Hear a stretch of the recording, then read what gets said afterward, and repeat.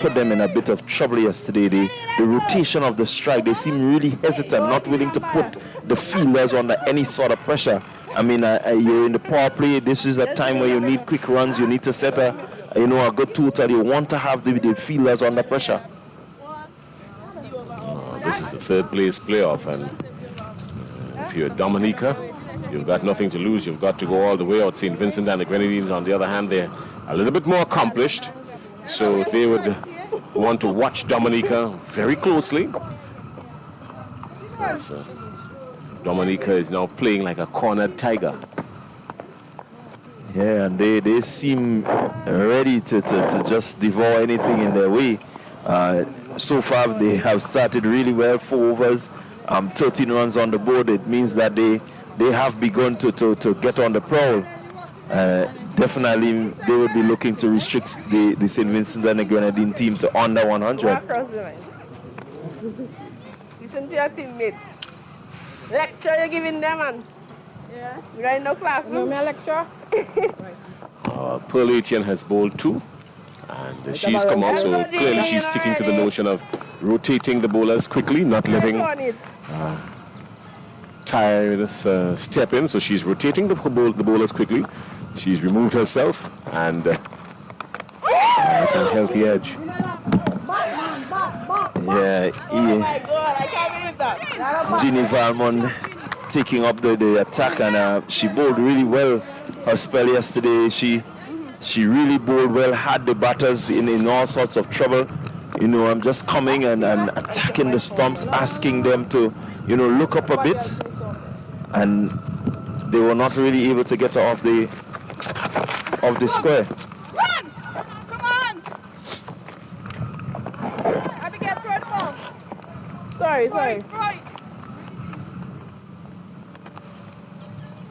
Why? Genevieve Valmont is the new bowler for Dominica.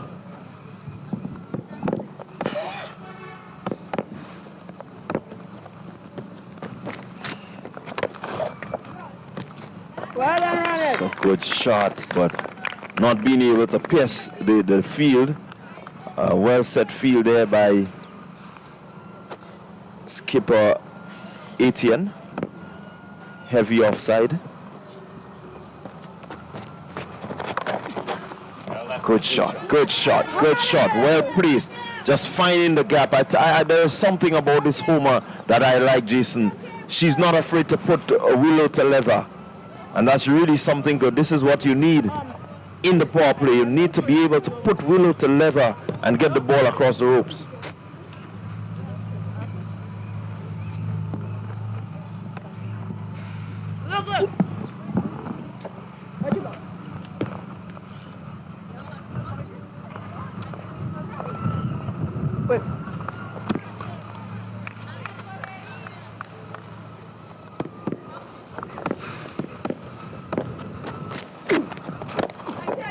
Again, looking to get after the bowling, not allowing Valmont to settle. I think Valmont had a good spell yesterday, and she saw that, and it seemed ready to really put her off her pieces.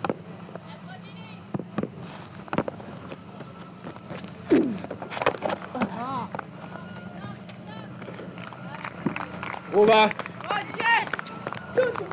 Okay, well, at the end of 5, St. Vincent and the Grenadines are 18 without loss. Steady so far. Kimoni Homer not out on 12, and Daniela Crease is there on 4.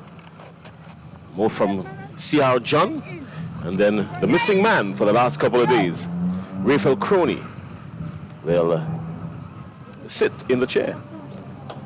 Yeah, Dominica doing a good work so far with the ball. St. Vincent and the Grenadines, they definitely want to make use of this final over of the power play. They haven't lost the wicket as yet.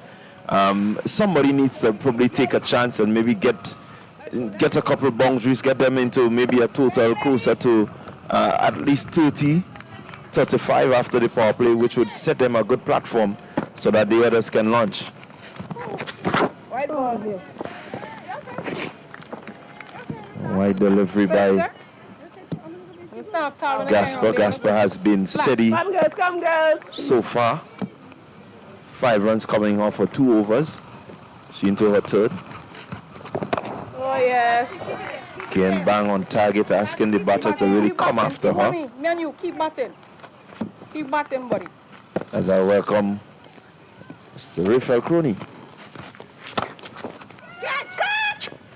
Good strike. That's what we're talking about. And Chris seemed to understand this is the last over of the power play and hiking that one over the field. The fielder was down on the boundary, but that one just sailed over the fielder's head. She came in a little too much and picking up a well-needed, well-deserved boundary. Yeah, morning, Rondell. Again, beautiful condition here at the Lasser Just Playing field. And you're certainly right. I thought that fielder could have been right back. No, she's going right back to the long on boundary. That ball was well hit by Chris. It was short and really gave it the full treatment. Ooh, well, there you have a Cardinal sin, a spinner overstepping, What you doing outside, Rhea? giving a free hit. Oh, well, it's a no ball for the fielders. Okay, so They're going hang now, right? the bowler did not go past the crease, but there were too many persons outside the 30-yard circle. And that is in the rule of the game now, a no ball, as it has always been. That's okay. That's good. Easy. Yeah, one has to be, the captain really has to be assured in terms of her field placement. And as you said, the umpire would have picked that up very quickly, having too many fielders out.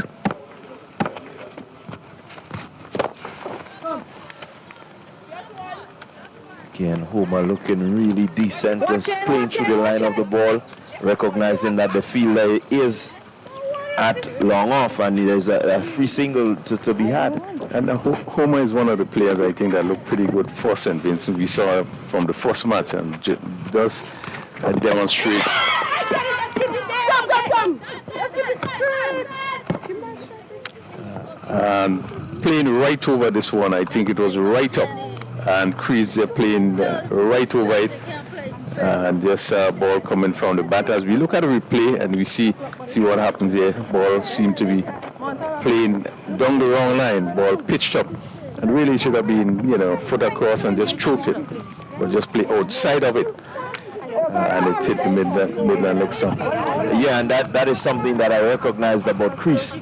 Not really looking to get forward. Let's look at her foot movements there. It's there. She's not looking to get out to the pitch of the delivery, but she's rather staying back and trying to use her hands to maneuver the ball, and that doesn't really work in this format unless you maybe a Viv Richards or Chris Gale. But outside of that, you need to get as close to the delivery as possible and ensure that the feet gets close so that the head can follow and you can play. So definitely Chris has a bit of work to do, but good strike for Dominica. Yeah, 26 for 1. We are in the 6th over. Homer is on 13. And, speaking about Homer, showed a lot of promise from the first game that she played. And does indicate that she has some great ability.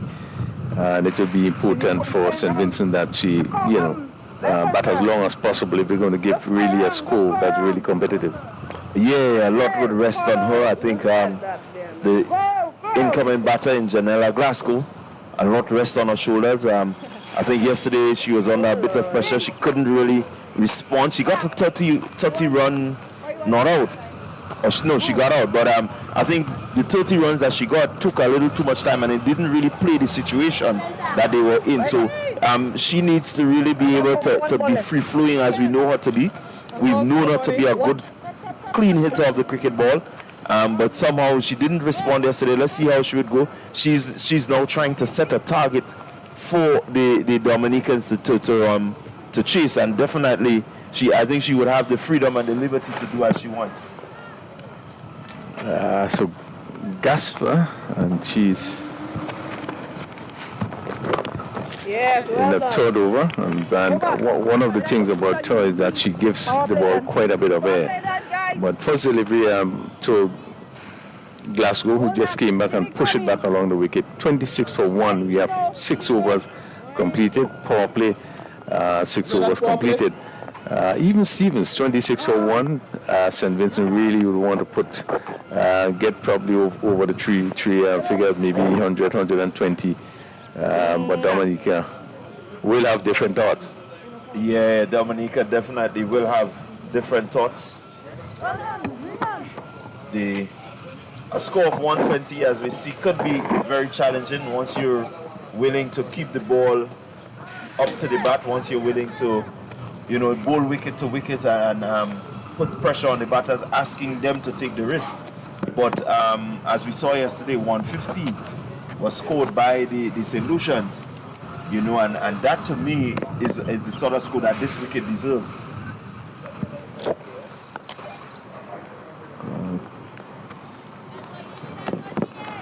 Valmont just missing a run a bit. She's into her second over. And hit down to long off. Can you see that? Homer there in control, just stroking down, and they get an overthrow, a little bit of lapse there. Yeah, again, you see the mentality of Glasgow. She was there, wait, and waiting for the keeper to make that mistake. As the throw comes in, she was able to capitalize. So that's the sort of things that you need. You need to capitalize on these little errors.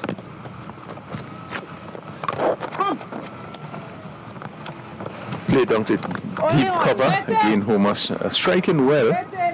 And there's a cover fielder on the boundary who comes around. But I just seem to be timing the ball right, coming out from the middle of the bat. And she's demonstrating a great deal of confidence. 29 for 1 over number 7.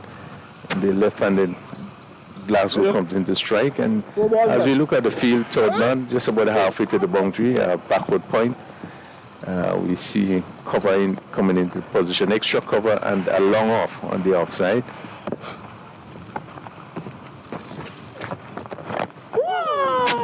Good delivery there, that one just coming back into Glasgow. Glasgow playing pretty late. I dare say the length of time that she had to play, maybe reaching forward and really trying to maybe maneuver, drop it short, or just play with soft hands might yield a single. As she's doing there, I think these deliveries desired from Valmont, who is bowling wicket to wicket. She needs to look at rotating right around that area. Well, I think the length was pretty good, and I think that Glasgow was caught in two minds, whether to go forward or to play back. And at the end of the day, she didn't go forward, nor even play back, and she really looked a bit uncomfortable. Was able to keep it on. Look at that now. Pushing the last delivery on the onside. But Valmont, as you rightly said, seemed to be bowling wicket to wicket, just making the batters think a bit. Yeah, and that's good. That's good control. So she knows what she's doing out there. Oh yes. Can bang on target, not really asking. They just asking the batters to come. But again, with the length that she's pitching, I still believe that the batters can drive her back down, straight back past her.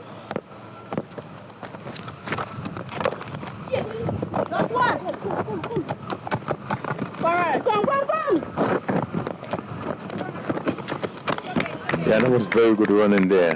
Ball played down to that point, which was on the boundary, and they came through quickly for 2 runs there. We have seen some positiveness in both players in that they are quite quick to pick up the singles, to pick up the 2 when necessary. And this format of the game is just 20 over. You want to pick up as much runs as possible. But it's good to see that the frame of mind they're in, very positive, and looking to pick up runs, wherever, is possible. Yeah, and that's the mentality you want to have. The field is spread. There are more fielders outside, and I think looking at the fielders, they're on the edge of the circle, the majority of them. So there is the opportunity for, dropping and run, rotating on every ball. And in T20, the more dot balls you avoid, the better your run rate will be. For adventure, you get a couple of boundaries in between. You can see yourself having a really decent score. So Casper is going right through. She's into a final over, fourth over. A lot of air, and ball is hit back over the bowler's head, but again the fielder on the boundary. Just a little bit slow. Maybe picked it up late. But once no ball signal, I would think it's for height. Yes, I think it looks like no ball for height as it. Yeah, definitely.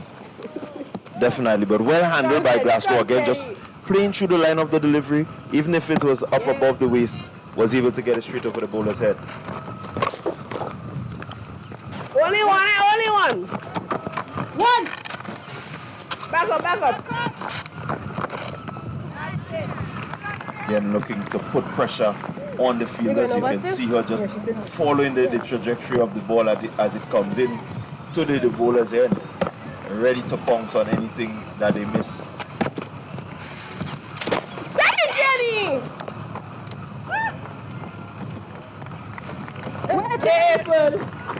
What did he have? I know. Yeah, 37 for 1. Homer 19. Glasgow just coming in on 4.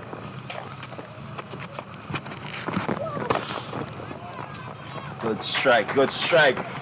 That's Glasgow using her experience, just being able to dance across to it, get good meat of the bat onto it, and placing it expertly for 4. There's quite a good gap there. The fielder is at more a long off, and she had no chance to run across. So definitely expertly placed by Glasgow. Yeah, picked the gap well. It was a full toss just outside the off stump, and he gave it the full treatment and placed it between the cover and extra cover. Come, Again, going through that well done, extra Shadia. cover region, picking up 2. Glasgow seemed to be showing that she's out for business today. So far, it's been coming off the bat pretty sweetly for her. Anything offline, she seems ready to pounce, and that's a good frame of mind to be in. Yeah, she's very positive and in control, hitting that shortest length delivery again through that extra cover area and picking up 2. She quickly goes Glasgow on 10 into double figures already. This partnership is 17. Current run rate just about 5.4. 43 for 1 into over number 8. And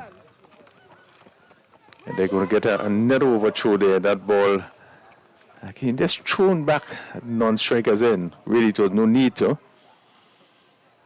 But again, we see Homer and Glasgow picking up the extra runs. And she picked up 2 more. So she's on the 12th, the end of the 8th over. St. Vincent, they're 45 for 1. Yeah, and that's what I was saying. You put the fielders under a bit of pressure. The fielder bobbled, and in the haste to get it back to the bowler, she just threw it a little bit wide of the bowler, and it resulted in an overthrow. But luckily, Glasgow and Homer, they were ready. They were just waiting for something like that. And this says that they were aware of the situation at hand. Yesterday, I don't think that they looked that they understood what they needed to do. And definitely, today, they're looking much better. So we have 8 overs completed. Valmont, 2 overs. He had 2 overs for 11. So the right-handed Homer is in strike. And just to speak about the hit down the long one, again, hitting straight, which is so important. And the fielder just coming off the boundary.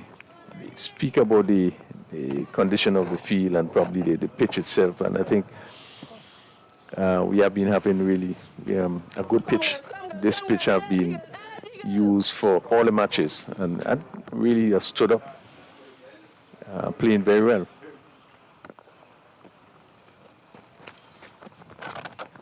Yeah, and we must say hats off to the groundsmen.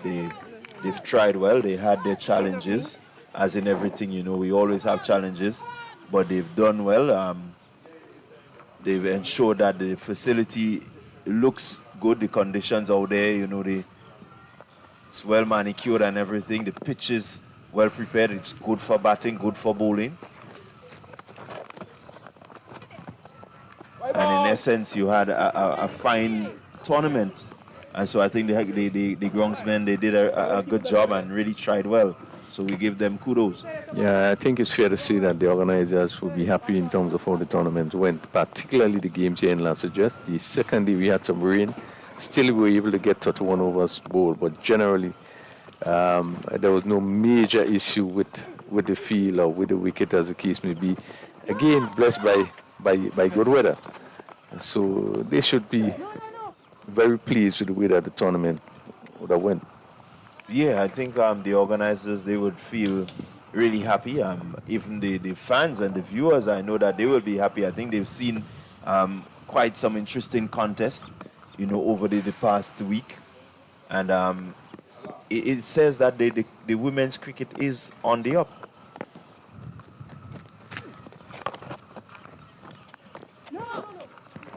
There are a few areas, you know, you look at the youngness of some of the teams and you will want a bit more competition, you know, but as they gain the experience and they go older, they stick together, definitely you will see that competition coming through.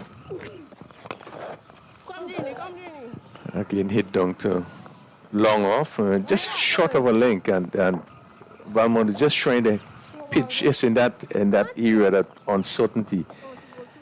But Homer continues to play well, in control, playing it slowly down to long off, and she pick up her 21st run. Yeah, I keep saying I like the look of Homer.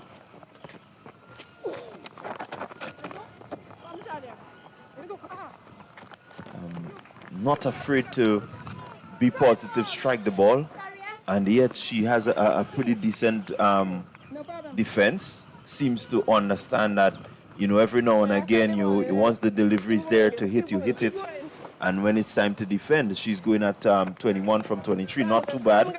I mean, it's T20, you will want your strike rate to be up above 100, but so far, for opener, she's doing well. Yeah, and you just see in this particular over, Valmont just struggling a bit to the left-hander.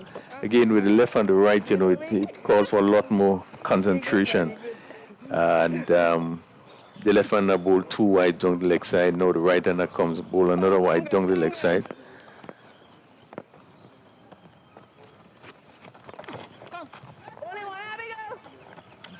Again, well played by Homer. Well played by her, just ball down the leg side and using the pace of the delivery, just, you know, guiding it across. So it's 53 for 1. We have 9 overs. St. Vincent, Homer 22 and Glasgow on 14. One of the things we would see Rondell, you know, coming down to the end of the tournament, what really going to be important is the fitness of the players. And when you're not playing consistently a lot of women's cricket and competition, and you have a week to play a number of games, you know, it will tell on the players, and your fitness level will be very important. Maybe the team that is much fitter have a better chance to even get to the final, or even win the tournament. So we are seeing it with a few of the players, as you know, the amount of work, and the sun has been pretty hot throughout the week, so one could imagine it's pretty tough on some of the young players. yeah, definitely tough. As we see a change in the bowling, it's Registe. Oh, yes. She's bowling from the commentary boot end, or the bay end as we have named it. She's been a good bowler for Dominica.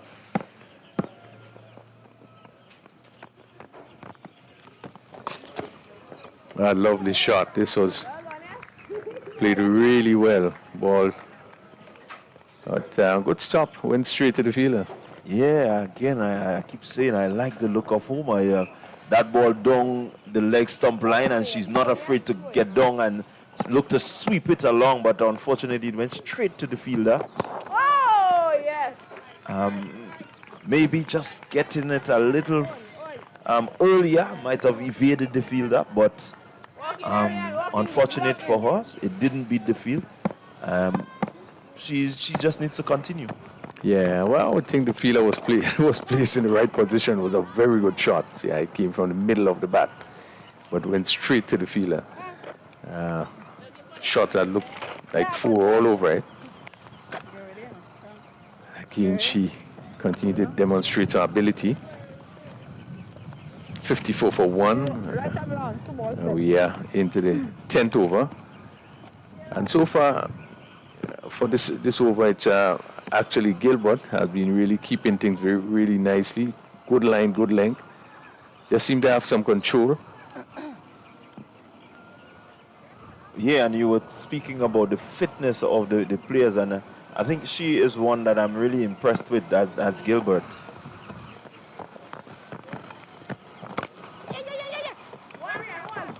Again, good line, good flight, push into the offside.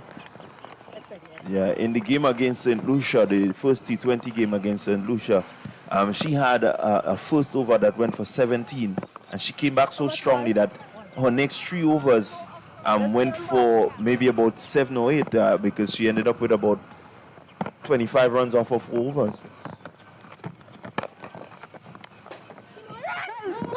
And this should she could be run out. Not what a way to go. Yeah, miscommunication there. As we were saying, the positiveness of the two. Again, let's look. Homer seemed to have been a bit sleeping, or she looked at the ball going straight to the fielder and decided that she wouldn't respond to that run. Unfortunate for her, unfortunate for Dominica that this partnership has been broken. 29-run partnership says that they understood what was needed and was well on their way. Yeah, this player was positive, pushing it around, but I think the call, it was in front of the bat, so really that was Homer's call. It was hit firmly, it was hit straight to the cover field. And I think that Glasgow, I think maybe because of how the shot was played, just began to run. I certainly wouldn't want to give Homer too much blame for that. That was her call. And Glasgow, unfortunately, run out there. As we look at the replay once again, ball hit there, and Homer didn't move. Glasgow almost ended up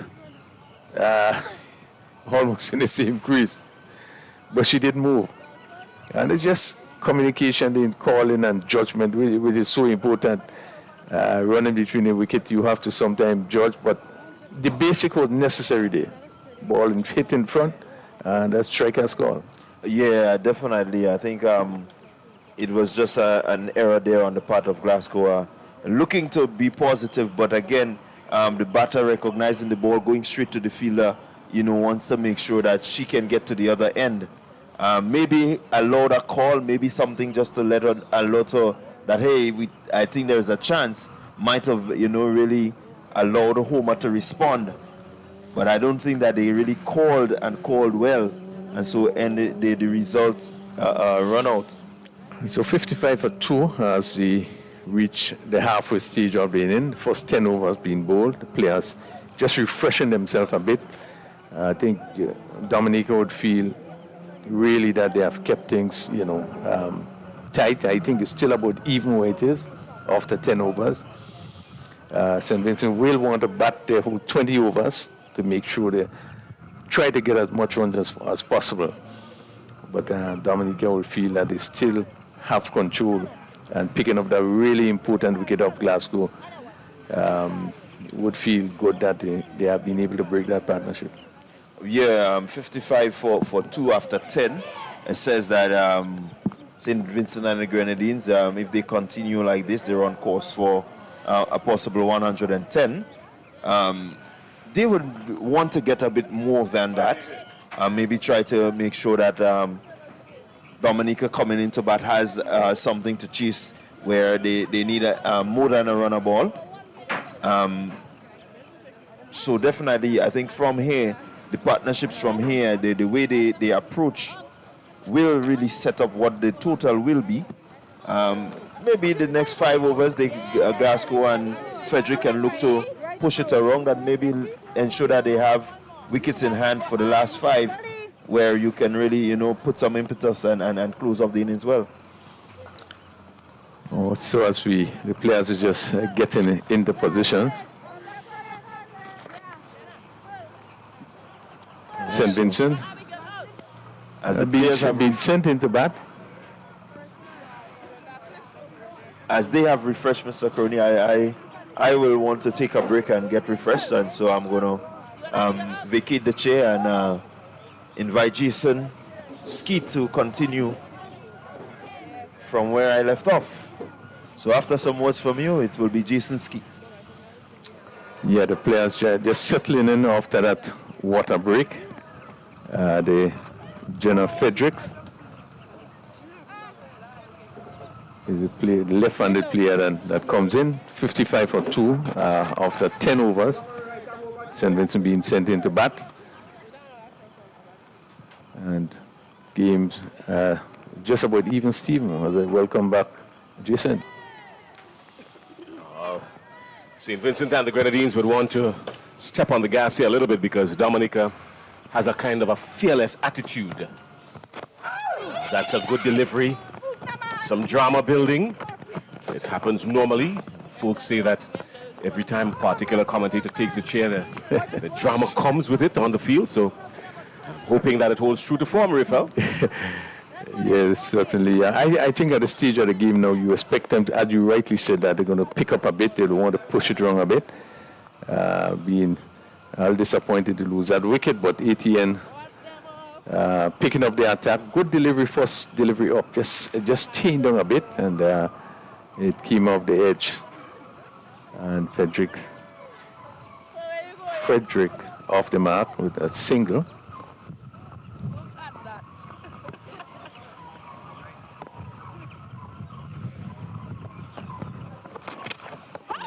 Etienne drifting down the leg side. It's a wide delivery, captain to captain. She's heading to Jamila Glasgow. Glasgow, the captain of the St. Vincent and the Grenadines. Yeah, and just some correction there, because we were thinking there it was Glasgow that was run out, but actually it was Homer. And make it so much more important, a bigger wicket. Oh, that's a good shot, but danger here. That's a good run. It was a good run. She caught onto it very quickly. The call came early. She darted off like a rocket at this Jamila Glasgow, that is. She darted off with full force, extra board, and eventually, all's well that ends well. Yeah, just managed to make it. The ball hit the cover, hit firmly, and they feel that they're making a good stop. And Frederick just making a ground, but a good cricket, positive running.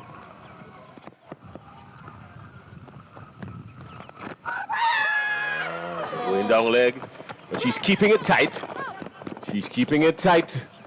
Etienne, she's a security officer during the day when she's not playing cricket. So she knows about keeping things in check and keeping things tight. Yeah, but coming off the pad, again, really good backing up there. I think that was a really good single. Ball didn't travel far off the wicket. It's very positive to pick up that single.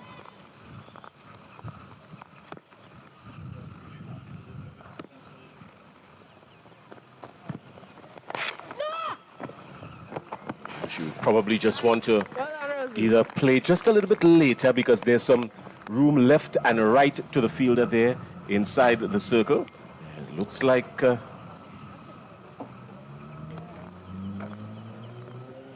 wearing number 16. She wants to just go left or right. This time she plays it a little earlier, picks up the single. Probably 2. So she's been thinking. Yeah, that was well played by Glasgow. Importantly, that she pushed that leg out to the pitch of it and just push it past the extra cover.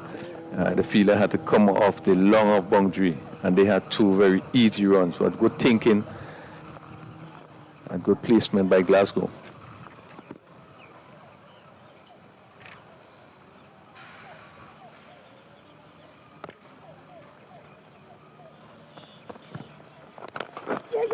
Giving her some room, and again she goes in the same area. There should be one. You get two comfortably in the end.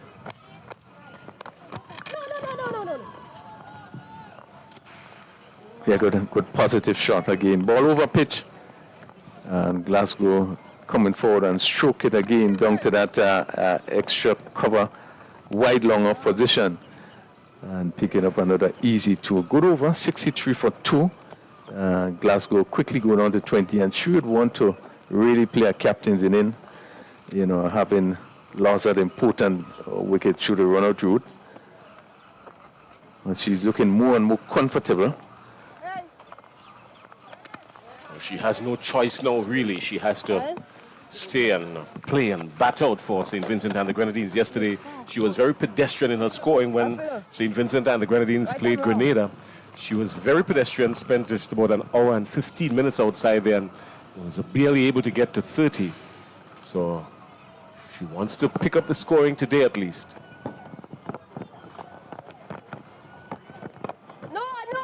This Dominica bowling attack is not as formidable as the attack that they would have received from Grenada. So she would want to use the opportunity here to get some runs.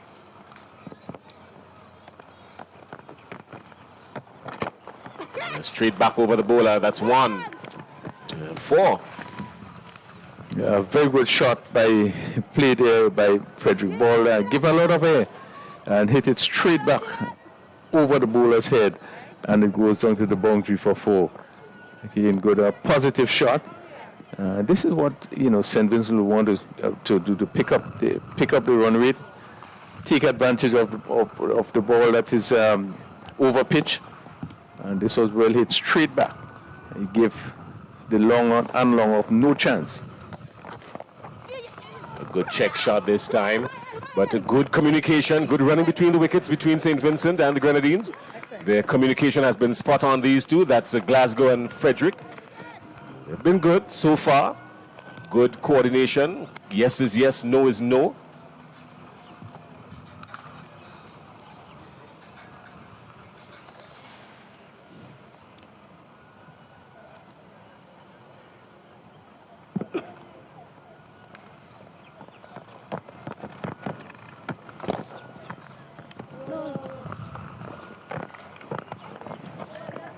Again, Gilbert giving the ball a lot of air, and ball played out just to the backward square position, but not afraid to toss it up.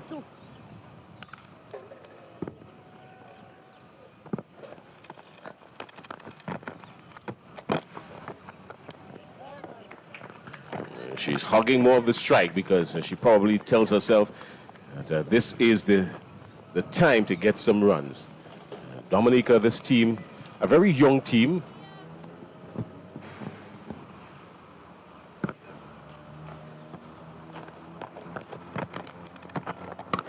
A lovely shot, quick at delivery, and it's well played. Get on her back foot and really hit it down to point position, fielder on the boundary. So 69 for 2 as we come to the end of the 12th over.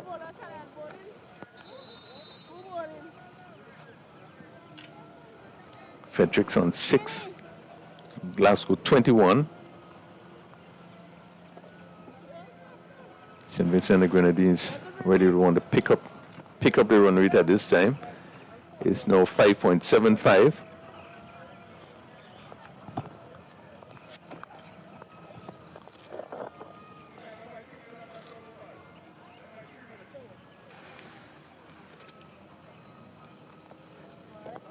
Just a little adjustment to the pad there. But what we have seen from both of these batters, they seem to be very positive. They are not afraid to pick up the runs, and we've seen it. Yes. It's happening, which is so important in this format of the game. They look very positive.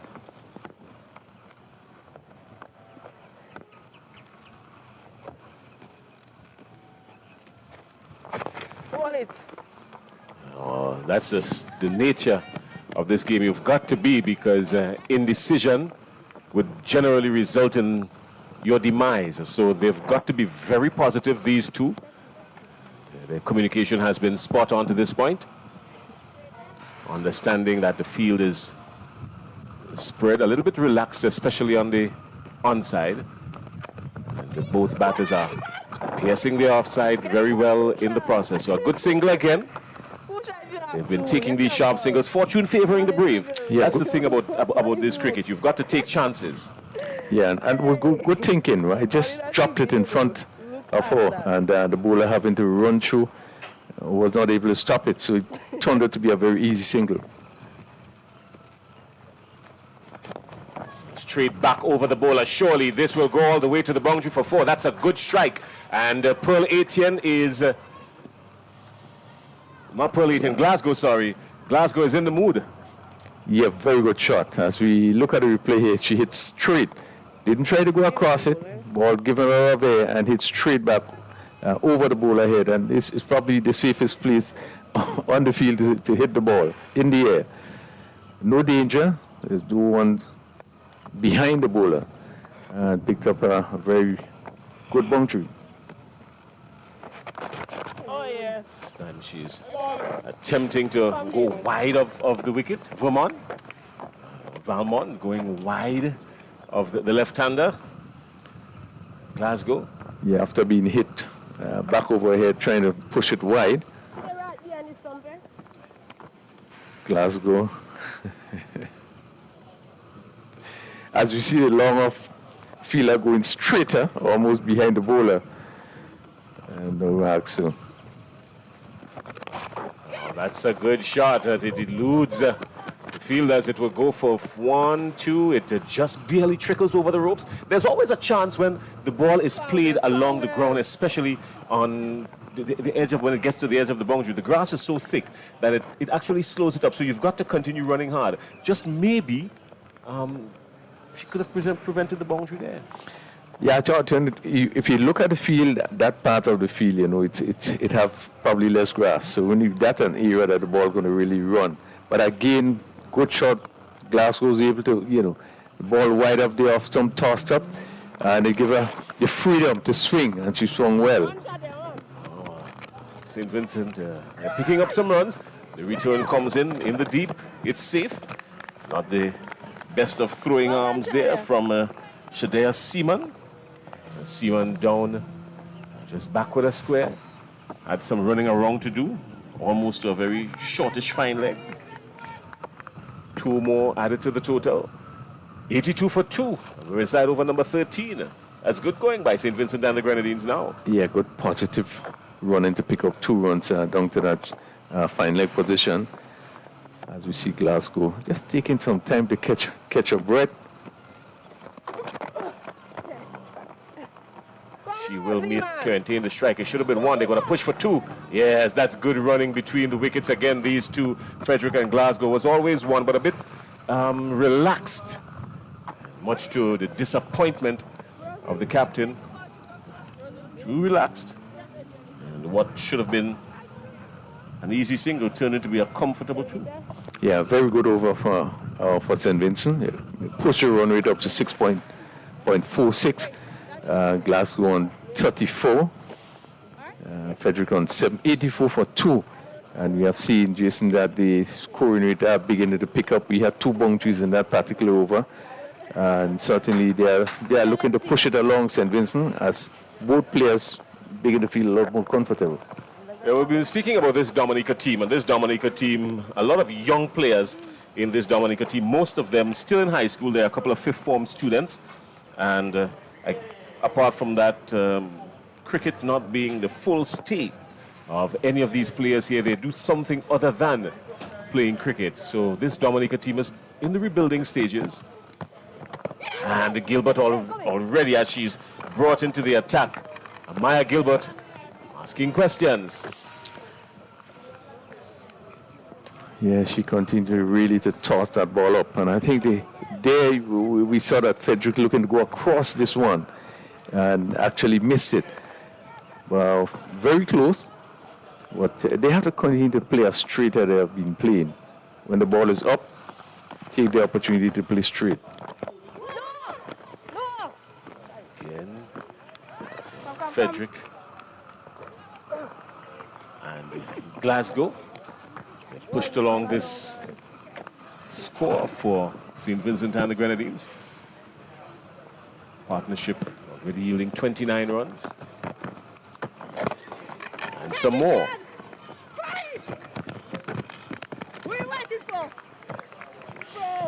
Yeah, picking up another single. A full toss hit down to mid-off, which is just about halfway to the boundary.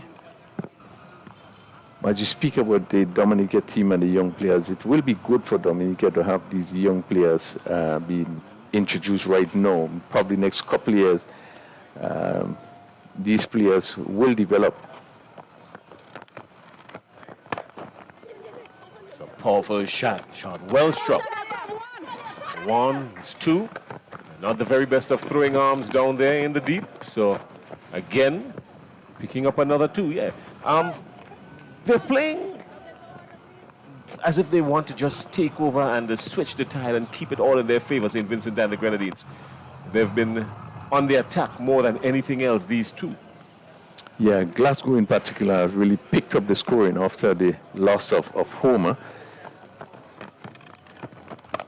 Lovely shot once again in total control as this one is hit through the cover. It's going to go very close to the boundary. Just stop, just about a foot inside the boundary, but again, confidently played. She was on top of it in the right position and placed it nicely through extra cover and pick up another two. You look at her movement, really try to get her body in the correct position there.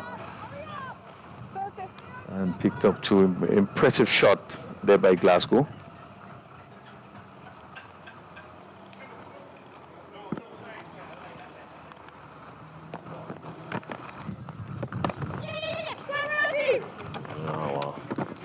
Glasgow has shown that she's in good touch. The end of 14, 90 for 2. Could probably see her trying to explode. She's already on 39. 11 more to her half century, and after that, she'll be very well let loose. Yeah, so that partnership quickly raced to 35. They have come pretty quickly. Jamila Glasgow on 39, and really have been striking the ball very well. Frederick is on 8, 90 for 2 after 14 overs, so still have 6 overs to go. St. Vincent really would be looking probably in the area about 140, Jason? 140 is a good total. Dominica has only shown that Pearl Etienne and maybe one or two others can strike it around. And Pearl Etienne will be fancying her chances here this morning because with nothing to lose and everything to gain, I wouldn't be surprised if she opened the batting and tried to bat all the way through for Dominica. So Valmont completed her spell. She had none for 34, a bit on the expensive side. Started well, but the last over was pretty expensive. So Regis going to pick it up from the riverbank end, Jason? Road end? Oh, that's between Northern end. that's between you and Stevenson Worm. I'm not even going to fuss about it. Whatever comes to my mind first is what I would say, because Stephen is very particular himself about how we refer to it. He's from this parish. You too. It's a good stop. It's a good stop. Anything other than that would have gone for 4. It's a good stop there. Back with a square. Yeah. And good I luck. think it was lucky there to see that ball very straight, straight to that short fine leg. It's Nelson. Nelson, that's Shaniqua Nelson. Right.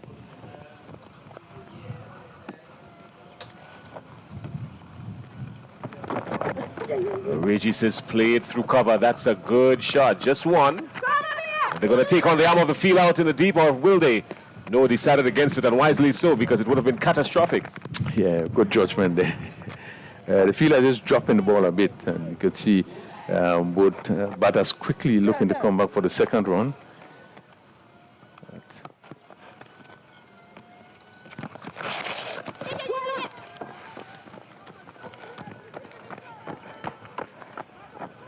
I beg one.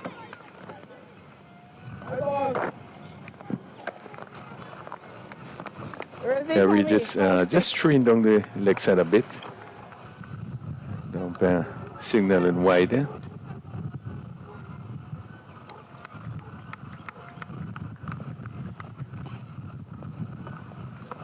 We have so far 10 wides in ball. Oh, that's a good shot. That's a good shot. That's one bounce four, struck with authority, disrespectfully dispatched. Yeah, positive shot again by Glasgow. Again, just seemed to be strained on the leg side a bit. Short delivery. Glasgow into position and really hit it over what would have been a backward square position, really, and down to the boundary for four. But good positive shot. Really putting away the bad deliveries. So quickly she's moved on to 44. Glasgow.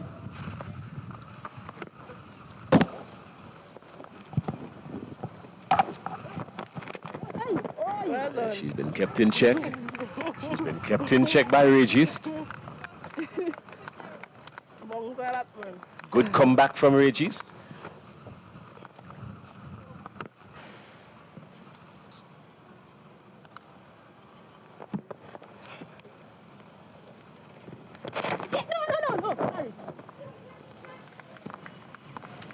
Again, looking to pick up the single. Glasgow just dropping her on a bit, taking the piece off.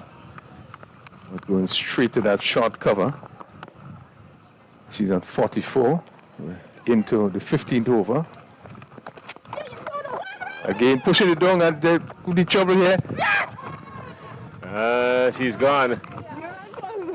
She was backing up a long way, wasn't she? And Frederick paid the price. For a quick moment, Glasgow thought it was a single. But Frederick was a long way down.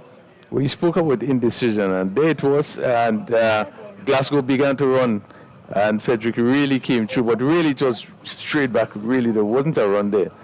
And this is where the sort of indecision comes in, really. It was a bad call, and St. Vincent losing the third wicket, 97 for 3, and we just have 15 overs being completed. Yeah, well, good awareness by Regis, because she never lost her composure. I mean, she was under pressure, and Frederick was darting back.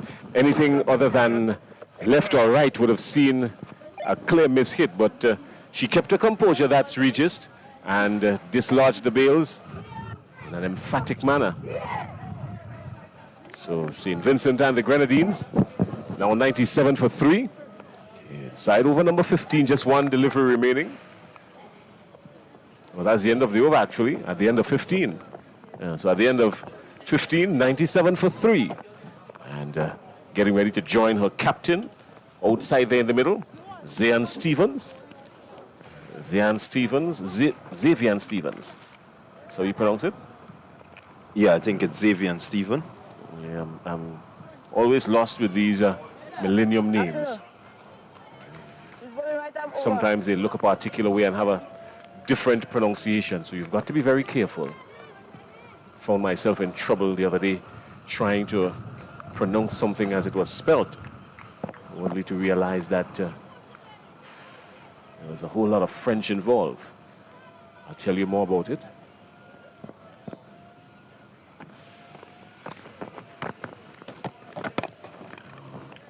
Gilbert is spot on target. She's bowled pretty well so far, Gilbert.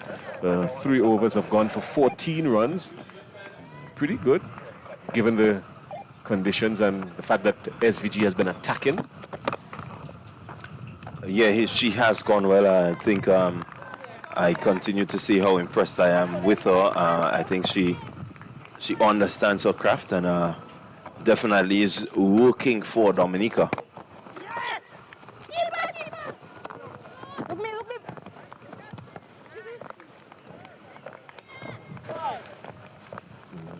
I'm excited to see what this unit from Dominica would look like in about maybe 3 years from now, once they stay together and remain focused.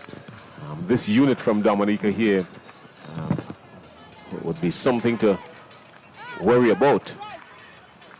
Yeah, I believe even the SVG unit, pretty young also, so definitely I think there is some excitement about these players, as you said, in come 2-3 years, once they remain, that with that focus.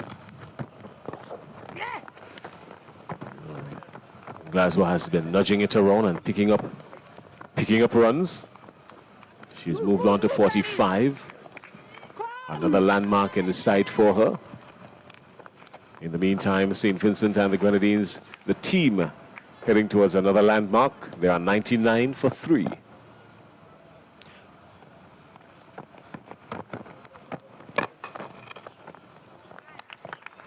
It's good for them, good for their confidence, and in their innings yesterday they didn't get past 100, but setting a total now maybe in excess of 120 will make them feel like they have a chance of pulling off a victory here today. Oh, that's the end of 16. And with 4 overs remaining, St. Vincent and the Grenadines are 99 for 3. With a run rate of 6.19, it tells you that if they continue with that run rate, they'll definitely get 120, maybe 125, and a few boundaries here and there in between can give them a score of 130, which I think will be quite a challenge in total for Dominica. I don't think at this stage of the tournament Dominica would worry too much about whatever total is posted by St. Vincent. I think they will just more so pay attention to going inside there, getting a good knock, keeping the head down and playing some good cricket generally.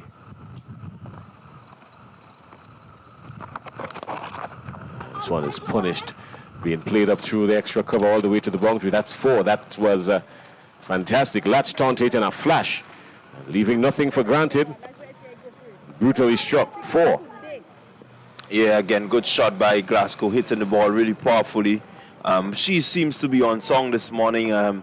Just at will, she seems to be doing what she knows she can do. There's no sign of her being, afraid. There's no sign of her being in trouble. Yeah, she just seems to be on point in terms of her execution, and that's really good. It says a lot about her and her confidence at this time. But look, Shada in already. Oh boy. So the 100 is up. 100 is up. St. Vincent and the Grenadines, 104 for 3. They only can bring in 1 person. They cannot change the field because I still on strike. It's only 1 person. But she has to stay out. Is she bringing in Glasgow? Eh? She not coming in, She outside, But it has to be on the boundary.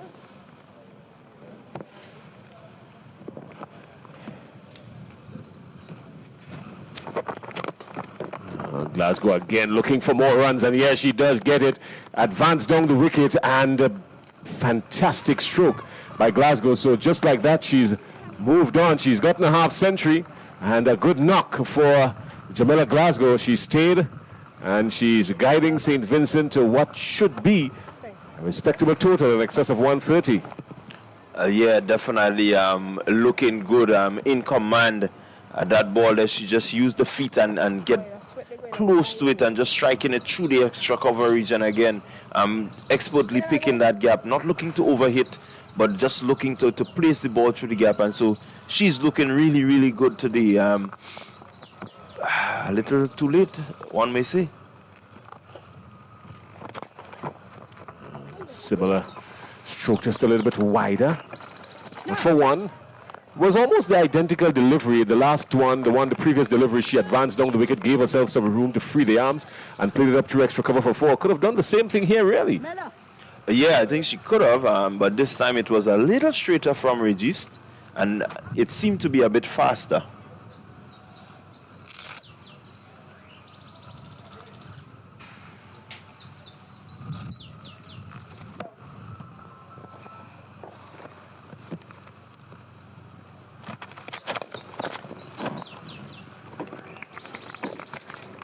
Good answer by Regis, answering to Stephen.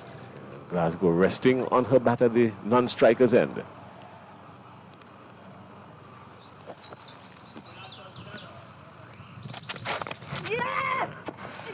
There's a good call by Glasgow. Glasgow was the one who initiated the call and suggested 2 from the onset. The first one, they came through very quickly for the first one, and it turned out to be 2 in the end. That's good running in between the wickets for St. Vincent and the Grenadines. All the ones on the board, 111. Good shot by Stephens, just leaning back, using the pace of the bowler to get it through the gap.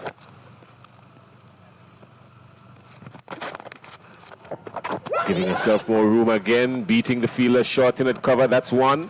They'll settle for 1. Anxious moments here at last suggest more so for Dominica.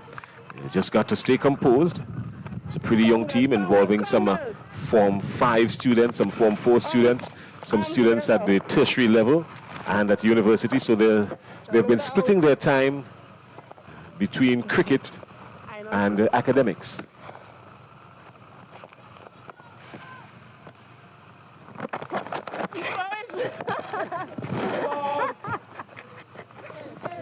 So, and then apart from that, we've got a couple of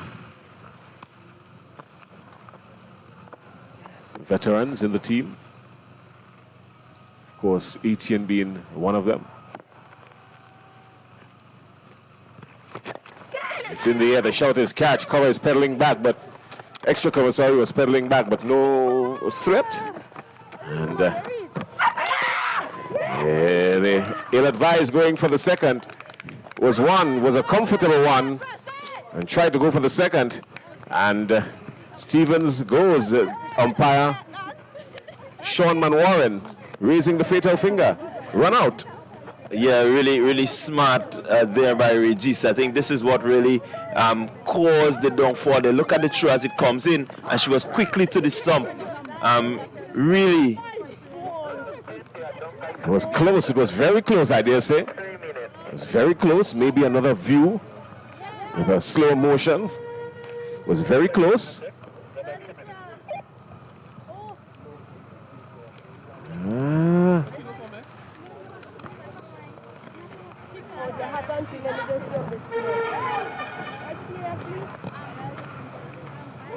Yeah.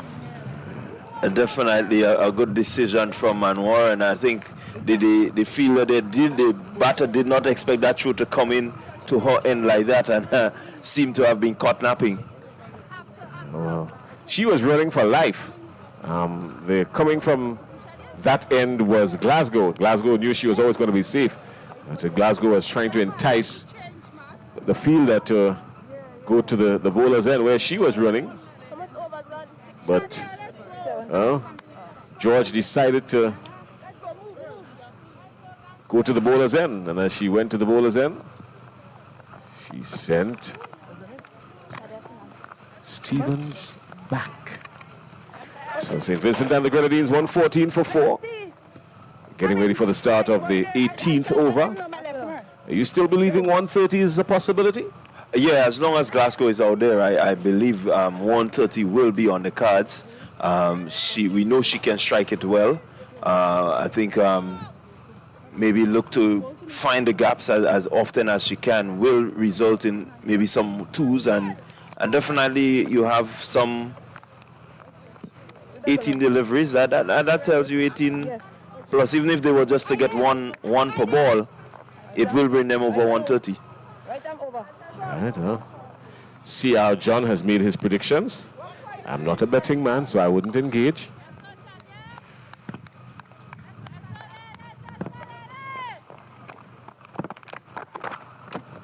Well done, Sadia. I always seem to lose the bet when I make the bet, and I always win the bet when I don't bet. So you stay away from betting.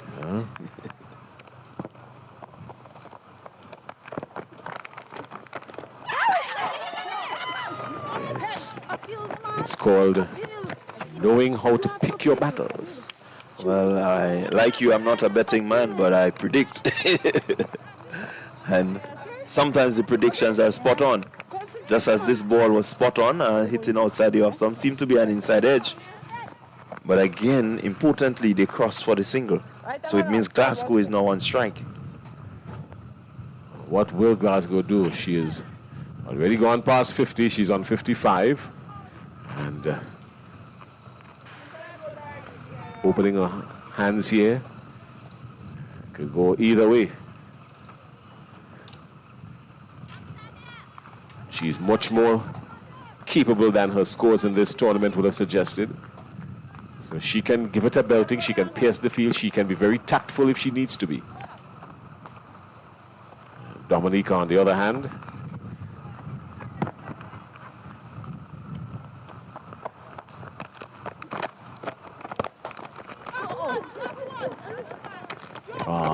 that was one, should have been only one. Taking eyes off the ball at the very last second. You've got to keep your eyes on it. Watch it into your hands. One is always one. And no point in giving up an extra run, not at this stage. Yeah, and not just giving up the run. I think they would be happy if Glasgow could be at the non-striker's end.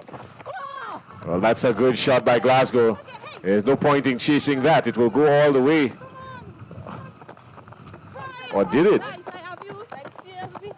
Again, the grass outside, they're holding it up. It's like a thick living room rug, this grass outside on the edge of the boundary. Yeah, again, not really getting the sort of power that we know she has, but the ball definitely slowing up as it gets closer to the boundary's edge. You can almost lose half of the ball in the grass if you go back and just look at the shoe in that grass outside. It's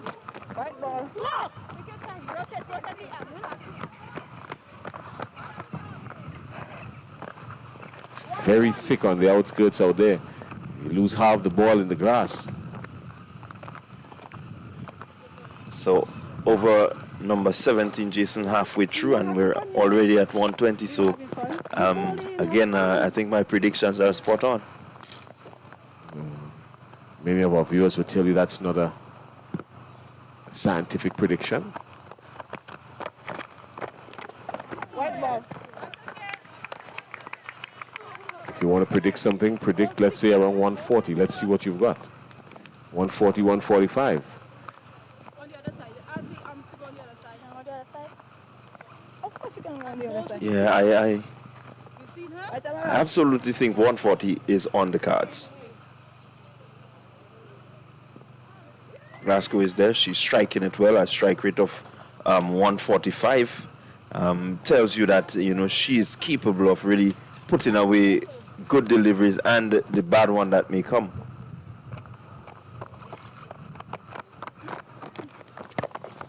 This time Seaman is punched down the ground. The fire officer gets into play. Watch it. Yeah, you can go across the ball. She's a fire officer, Rian Prevo. One ball, don't try look too Nice and easy. Okay? Only one ball. Nice and easy. No, where is the manager then, boy? That ball. Nice and easy, nice and easy. The umpires outside there. Rosalind Cooper, the standing umpire from St. Lucia. She's kept things pretty tidy.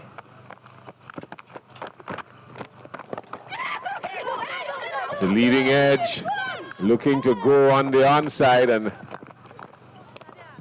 no one close in on the offside, so all's well that ends well.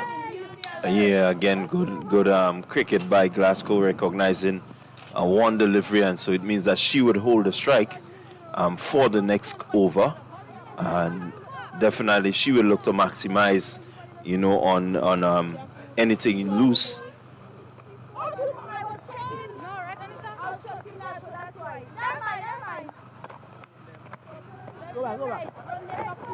The run rate has now climbed to 6.69. Wrong.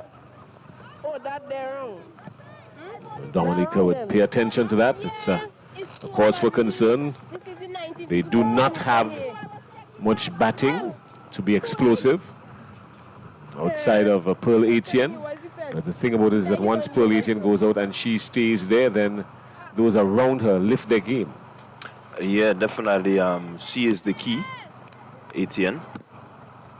And the players tend to play around her. Regis also one of their senior players who I think they will depend on heavily.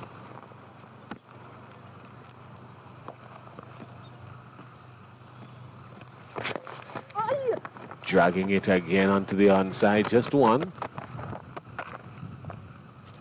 The mid-on is right back on the boundary.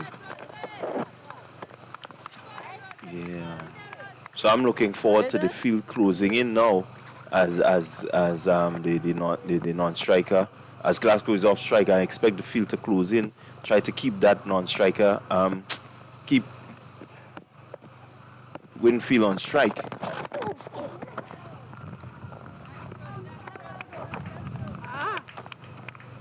Yeah, and so that would help to make sure that the total is restricted.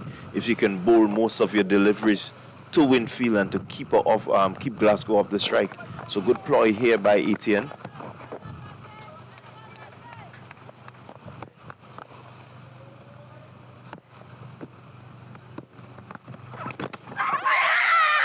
She's asking the question. The umpire says yes. That's a good delivery. The umpire says yes, as she was asking. That's a Regis. And Regis picking up another wicket. So Westfield is walking back. Leg before to Regis.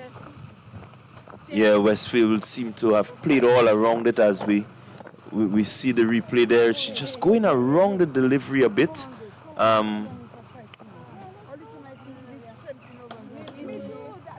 Just seemed to have gone around the delivery, and it was full pitched.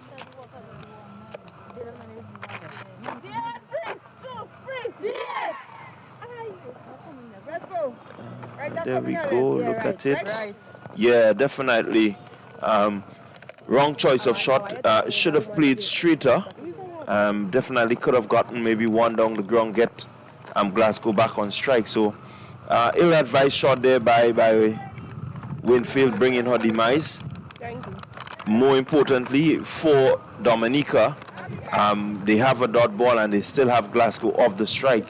So that is one way of restricting, ensuring that the St. Vincent and the Grenadine girls do not get to 140.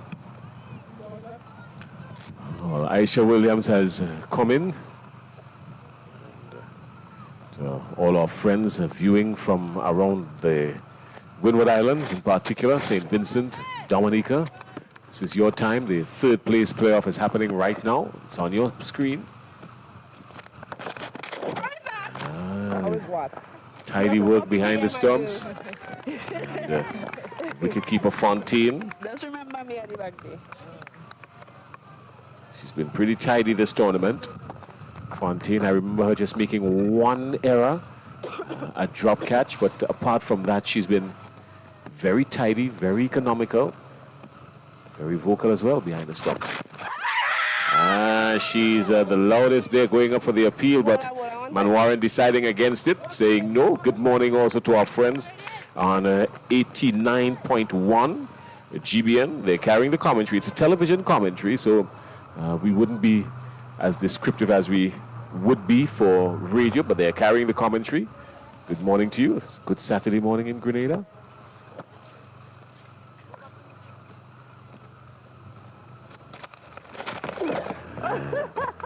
Again, Reggie's doing really well. I think that Reggie's recognized what was happening. It's a struggle for her to really get to the pitch of the deliveries. So you notice that she slowed it up and actually got one to grip a little bit. So Dominica seeking to do what they need to do. A little bit of pressure on Glasgow now to try and get to 140. I don't think she's thinking 140.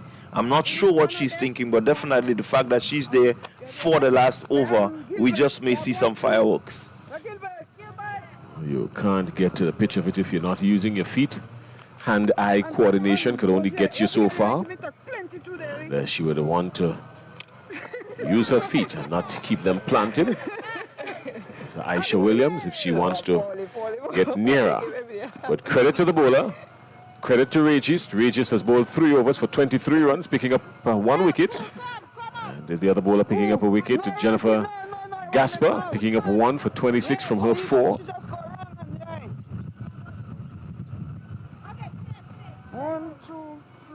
Couple of run-outs, 3 run-outs actually. Homer was run out by Regis. Frederick was also run out by Regis, and Xavier Stevens was run out by George. So 3 run-outs. That's what you find when they nimble between the wickets. Something's got to give at some point, but the benefit is a lot of runs were scored in 1s and 2s. They've turned a lot of 1s into 2s, St. Vincent. Yeah, definitely they've done well. I mean, once you see this many runouts, it tells you that they really try to capitalize on the 1s and 2s. And that has made the difference in terms of their score.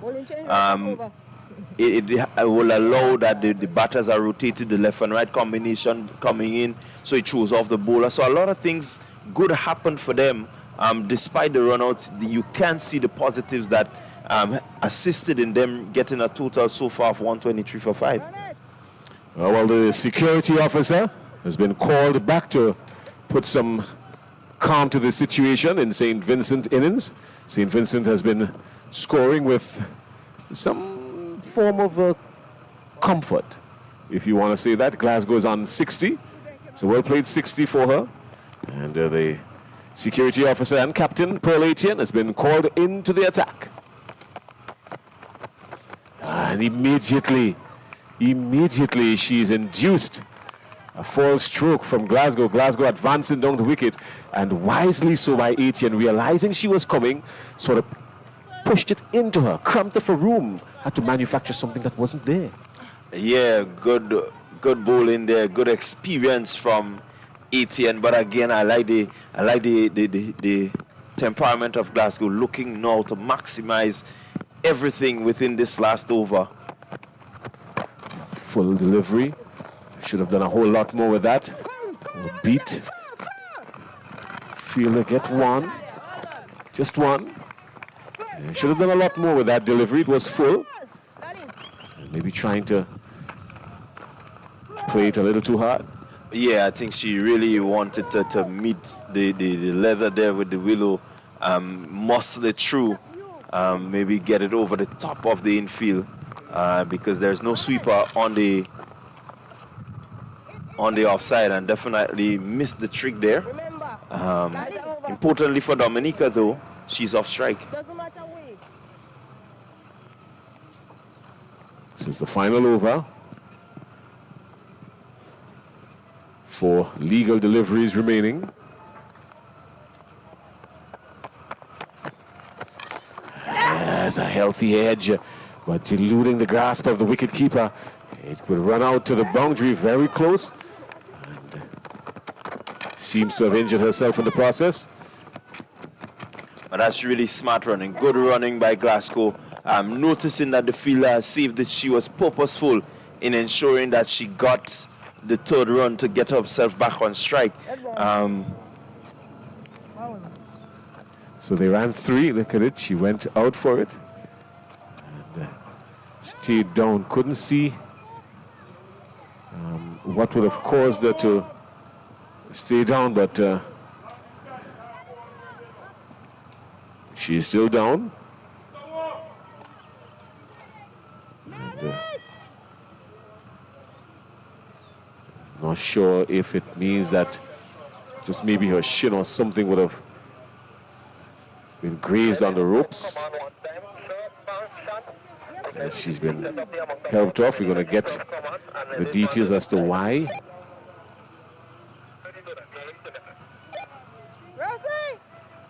Couldn't see from this angle.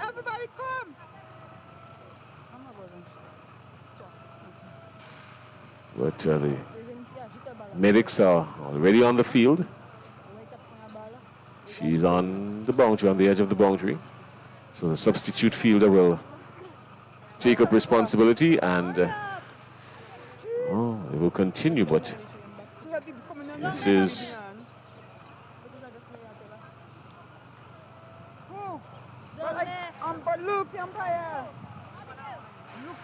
so Nelson, Shaniqua Nelson goes on. She's the substitute fielder for Dominica. Abigail, Keller, switch for me, please. 3 legal deliveries remaining. Okay, with Shaniqua, switch for me, please.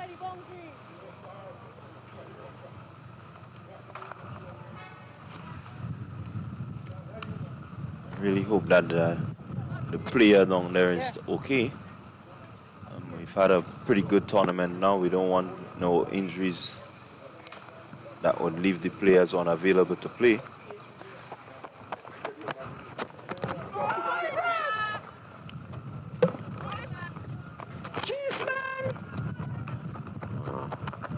That's smart cricket, very smart cricket by Glasgow. Yeah, Glasgow looking to take every run that is available. I don't enough inside. 1, 2, 3, 4, 5. She inside. Right one.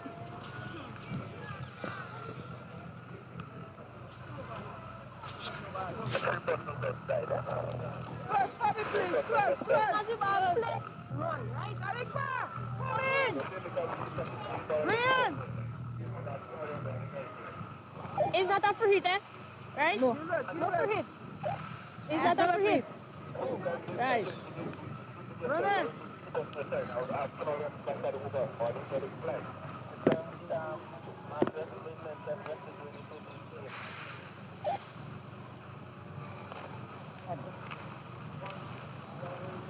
We're still trying to pick up the number on the t-shirt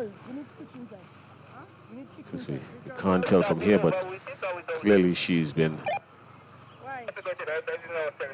unable to walk herself. It could be that her shin grazed the ropes of some sort, because the problem seems to be with her feet.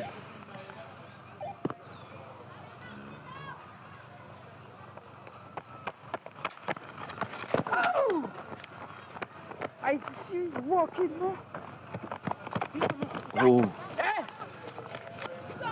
They go through for another extra. Dominica not really focusing in on trying to keep the runs down. Well, that was Gasper down there in the issue. Jennifer Gasper. She's bowled her 4 overs for 26, picking up 1 wicket. And last delivery, it's up in the air. It could be caught, and it is. So that brings the end of the over. That brings the end of the spell, and the catch taken by Shadia Seaman. That's the fall of the wicket at the end of the innings. St. Vincent and the Grenadines, 130 for 6. Yeah, 130 for 6. I think they would be happy. Skipper Glasgow coming out, not out 62. Definitely 130 is a challenging total, as I said earlier. I believe it's going to put some pressure on the Dominicans to try and ensure that they have a scoring rate of up over 6 from the get-go. And so it will allow for some short playing. It will allow for possibility of wickets being taken early. Especially Dominica will have to respond to the 130 want to get a good start, use the power play as best as they can. And so it makes for an interesting contest come the second half. Though it's the third place playoff, but I think 130 on the board is a really good score that will test the mettle of the two teams. All right, well, let's run through the scorecard quickly just before we take the break. Two players in double figures, Jennifer Glasgow, the captain. Jamila Glasgow, I keep saying Jennifer. Jamila Glasgow, the captain, not out on 62. Opening the innings was Kimani Homer. She went for 23, went out by Regis. And after that, everyone else was in single digits.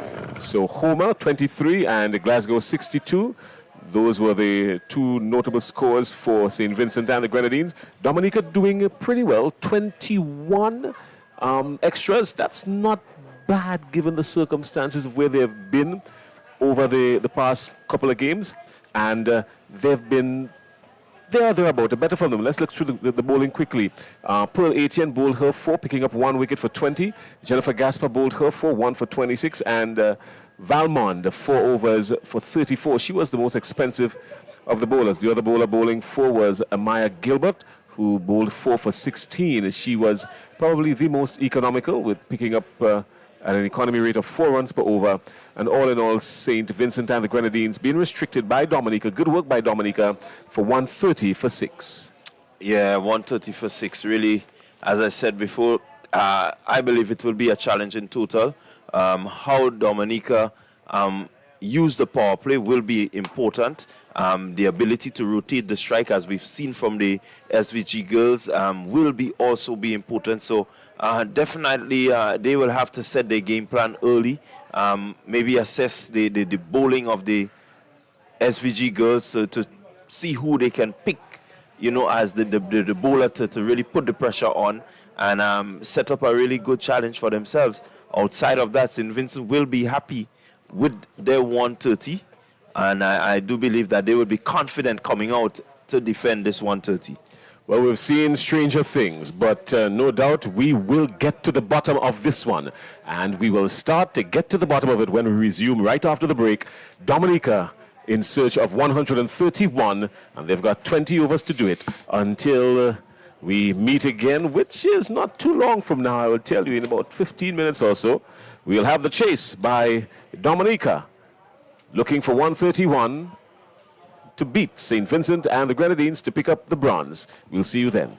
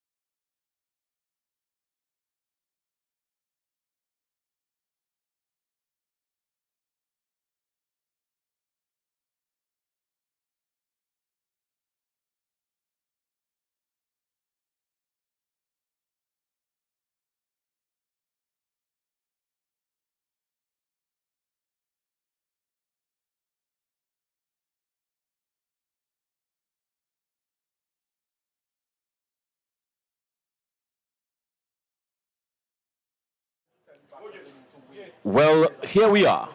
The reply, the chase is on. 130. St. Vincent and the Grenadines getting to 130 in an even 20 overs. 130, not a bad total, very gettable, but it would require some application. It will be more of a challenge for a team of the Dominica caliber because of the stage of their cricket. But I've seen better things happen. I've seen greater things happen. I've seen miracles. Dominica would do well to get to 131 and shock St. Vincent and the Grenadines and just maybe the other two teams in this competition. And that's the beauty of our cricket. That cricket, 130 competitive score at this level. But when we look back at the way Dominica have been playing, one would really doesn't want to give them a chance. But cricket is such a beautiful game. Dominica will want to end strong. I think this is an opportunity for them. 130, pitch is playing well, the outfield is fine. It's a good opportunity for them to end really strong in this tournament. And I dare say the captain is critical in terms of for Dominica's success. They will have to bat well. One very good innings, and you never know what can happen. Yeah, well, of course, Dominica would need Pearl Etienne to bat for as long as possible when she gets in, and she needs to get in at the fall of maybe the first wicket at best, and because she's not outside the opening now, but they would need her to bat for as long as possible and score, do the bulk of the scoring, and take charge of what is really happening or what would be happening outside there. She's the most accomplished player in this Dominica squad, and she knows how to keep things tight and steady. Being a security officer by profession, she knows how to keep things tight and steady. In order. It will be important for her to come in also early. I think she bat more in the middle. It might be necessary for, based on how things are going, that she come in much earlier, probably number 4 for the lowest. All right, well, outside there in the middle for Dominica. Dominica looking to get to 131. They were involved in a thriller on Monday against Grenada. Went down to the last over. It was really a thriller. And, but it's fair to say that we look at that the first half of the inning that Dominica has bowled pretty well, not bad. I think they kept things up to the first 10 overs. They kept things pretty tight. St. Vincent was just about 50. But obviously they were able to score some 80 runs in the last 10 overs. And I think this is really, St. Vincent would have pulled away after the first half, really would have been even. So, well, it looks like Ronette Stanford is going to be opening the batting together with Anisha Fontaine for Dominica. So it's Fontaine and Sanford. And wearing number 47 on her back, that's Aisha Williams. She will open the bowling for St. Vincent and the Grenadines, coming from the main road end or the riverbank end. Behind that, of course, is the Lassages Natural Works, just to the left. It's an area that has been known as a landmark in Grenada and the parish in general. Lots of cultural activities that take place at the Lassages Natural Works.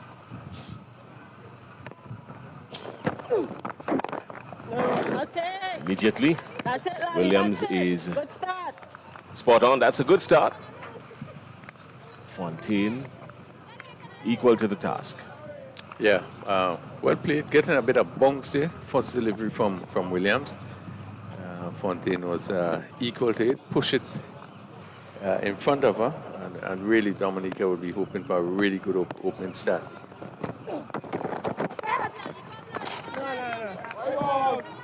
You want to put away these bad balls, especially if you're Dominica. They've got nothing to lose. I keep saying that because everyone knows that they came in this tournament with the greatest disadvantage, I should say, knowing that many of their players are young teenagers, some of them old teenagers, Form 4 students, university students just getting started at this level. So it's a platform for them to rebuild on. They've got nothing to lose here.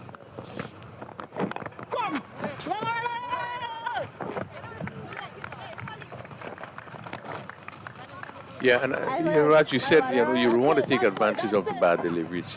We saw a short ball down the leg side went. Even this short one, you'd want to pick the gaps. She was in control on top of it. Played it out on the offside. The gaps is important. Start pick up the singles. Closer, closer. Closer, darling, closer. Well, you might think that 130 is a good total to defend if you're St. Vincent and the Grenadines. But you really don't have the luxury of bowling wides, not in this format of the game. They can come back to haunt you. These games generally would go down to the last over more often than not. Well played. Played, didn't challenge the fielder. That's okay. Yeah, just you'd want to pick the gap there. Again, she was in control of this one. Steered it to backward point. It went straight to the fielder, but had the opportunity to really put it anywhere. But it's good to see that the delivery she faced would have come off the middle of the bat. That would give her some confidence.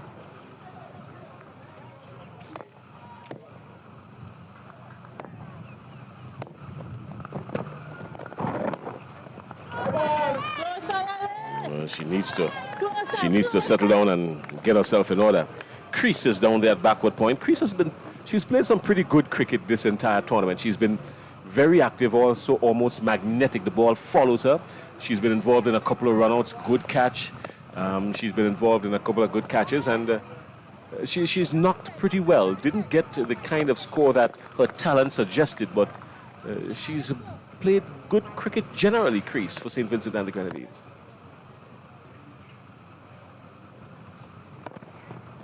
Start again. Williams want to settle down. She's already bowled 6 deliveries, and she's legally halfway through the over. Yeah, just need to get it right. Just need to calm herself and probably try to just get it on good line. Again. So she's going to be operating from there for a while. She's got to do better than that. Want to keep it a little closer to the batter. Make sure that you get Fontaine wanting to play. Yeah. First over will be a long over. It's already 4 without loss, and just 3 deliveries being bowled.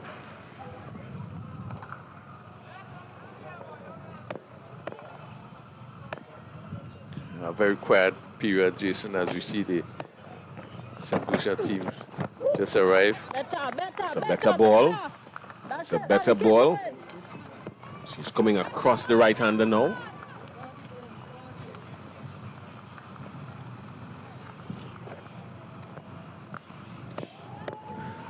So she's bowling to actually no slip. Started off with a third man right back. Backward point cover. Extra cover mid-off. Heavily packed offside field. Just 3 players on the leg side. Long leg, mid-wicket, and a mid on deep. Really the focus really would be outside the off stump, attacking the off stump.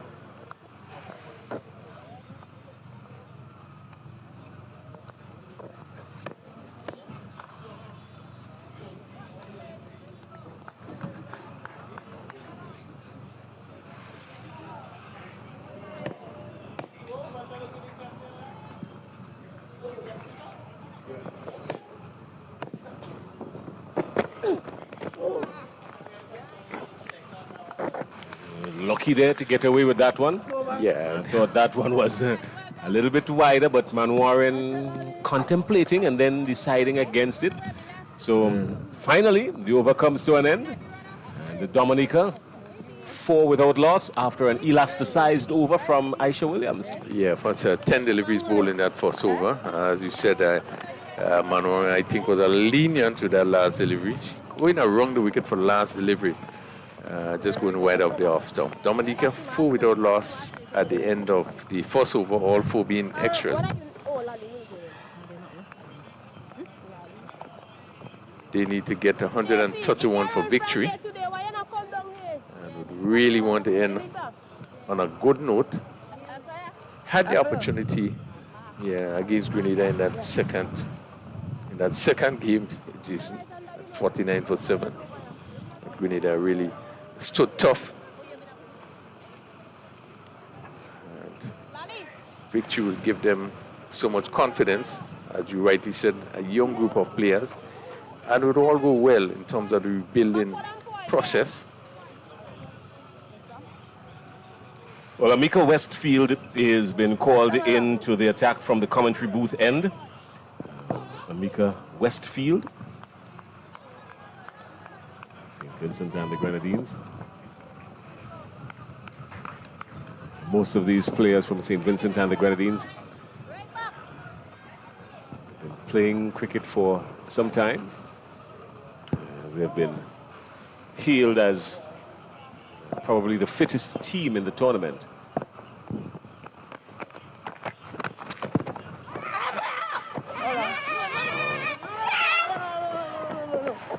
Should have been one there. Surely it should have been one. The keeper went to a backward point and no backup at the stumps. They've got to sort out the running between the wickets, Dominica. Yeah, and if it's one thing we can speak about this, the St. Vincent batting, they were pretty positive, and it's necessary to really be positive out there, because really there should have been a leg by taken there.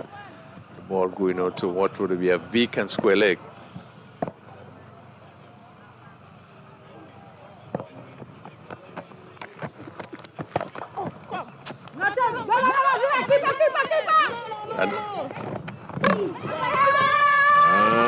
And that's the fall of the wicket. It was a run. I believe it was a run. It was an easy single. And oh no. Oh no. It was an easy single, Crony. Yeah, really poor running. They really poor judgment. They really should have been an easy single. And no response from the non-striker. So we have seen it in the last 2 deliveries. The one before, what should have been a single, and there was miscommunication. Nobody ran. And this time, ball was hit firmly down to mid-off, and really had all the time in the world to complete a single there. Yeah, well, Stanford was noticeably upset because it was an easy single. She was trying to get the scoreboard ticking over.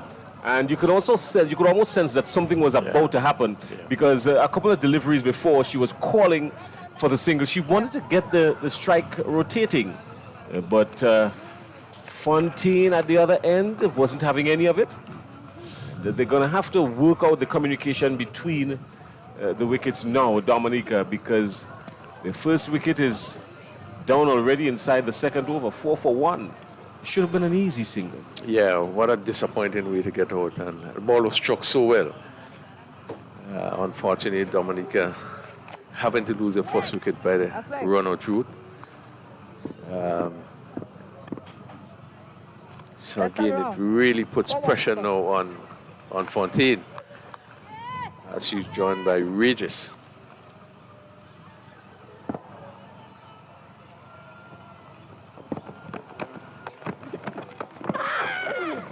Going down leg.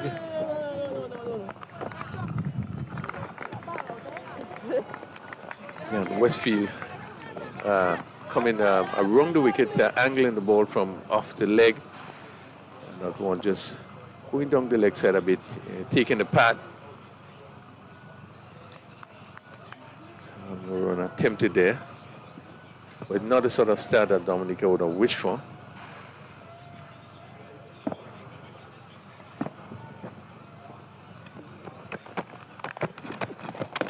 Ball.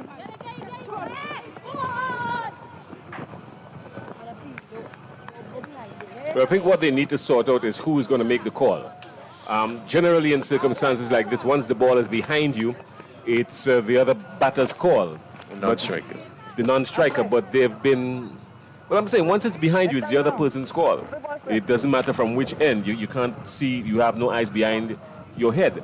So they've got to learn to trust each other now and develop that communication between the wickets. Yeah, it just means to apply the basics. And basics in the running. Yeah, as Westfield continues to straight down leg. So she's coming around the wicket and she's bringing the ball into the right-hander. You know, so there's every opportunity that ball could easily be sliding down the leg, and we have seen it happening. Now, in this over, it's one legal delivery, and already there's just 3 wides in this over. Ball pitching just about the leg and going further down the leg side. Just need to pitch it. Now she's going over the wicket, which is the right thing I think she needs to do. Let's see what happens. Well, this will be called a no ball because of the height, very high. And again, not having the sort of control that is necessary. Westfield just struggling on line and on leg. We look at her, still there's little issues in terms of the run up to the wicket. And we will look at her going up to the wicket now. And does not seem to have that rhythm. Let's see. Yeah, just play down to backward square. The fielder comes wrong, and again, should have been 2 runs here, but players just need to be a little more positive. Regis off the mark, 9 for 1. We are into the second over. Still? Yeah. Still into the second over. 7 wide so far have been bowled. So that's an extra over.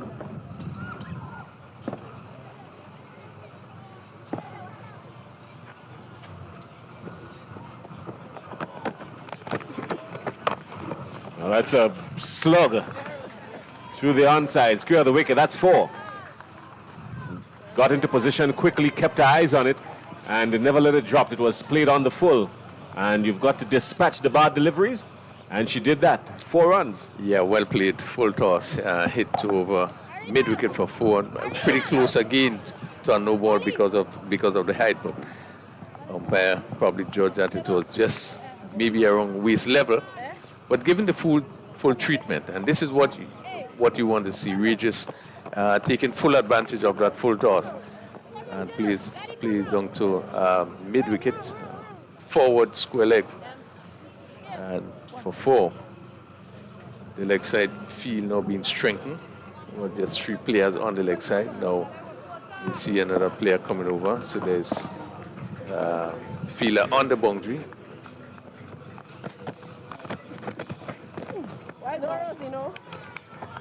Another wide delivery. So Dominica wouldn't mind this. The total is mounting with very little work from them. They've lost a wicket. That would be their only indiscretion for the morning so far when batting. They've lost a wicket, and unnecessarily so, because it was an easy single, and run at Stanford was run out by Glasgow.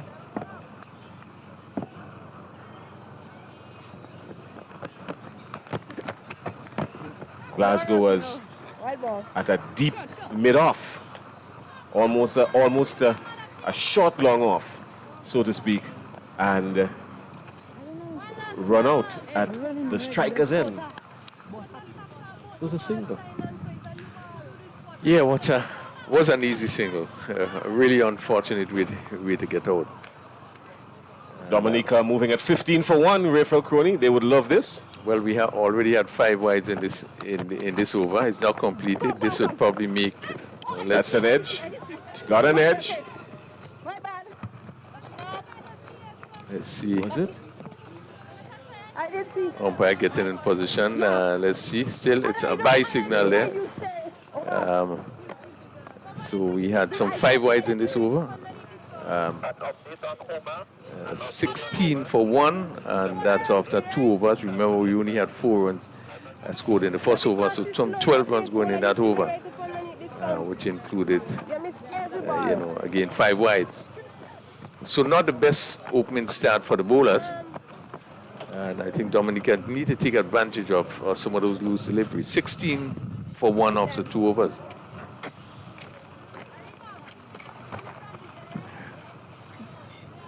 They need to get up to 131 for victory.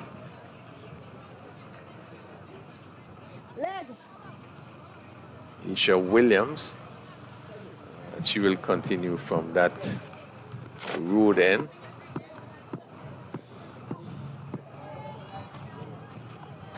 Regis on 4, 14 on 1.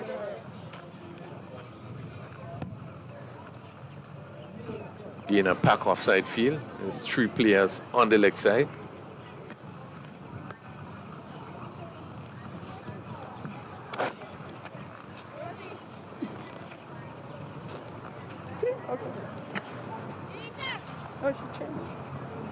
A lot of movements on the field. The third man being called up, now the long leg being also called up. And the long on is going right back, so we're probably going to see a change from that northern end. Spin.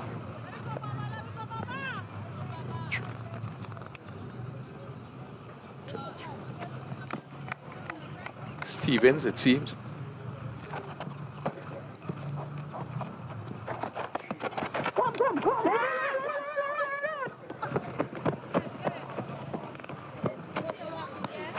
Yeah, seem to be bowling a bit of off spin. This one was played in a vacant slip position.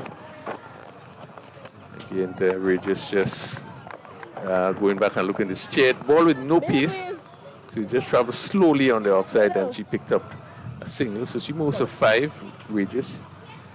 Fortune, who's on 1, comes in to strike 17 for 1. Dominica trying to get to 131 for victory. We're in the 3rd over.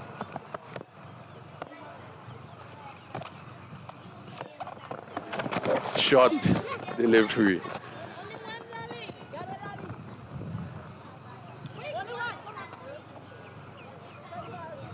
Yeah, well, she should have been able to do a whole lot more with that. When you get these deliveries outside of the line of the leg stump, and with only 3 feelers on the leg side, you want to maybe do a lot more with it. Could have played it a little finer. Would have gotten 4.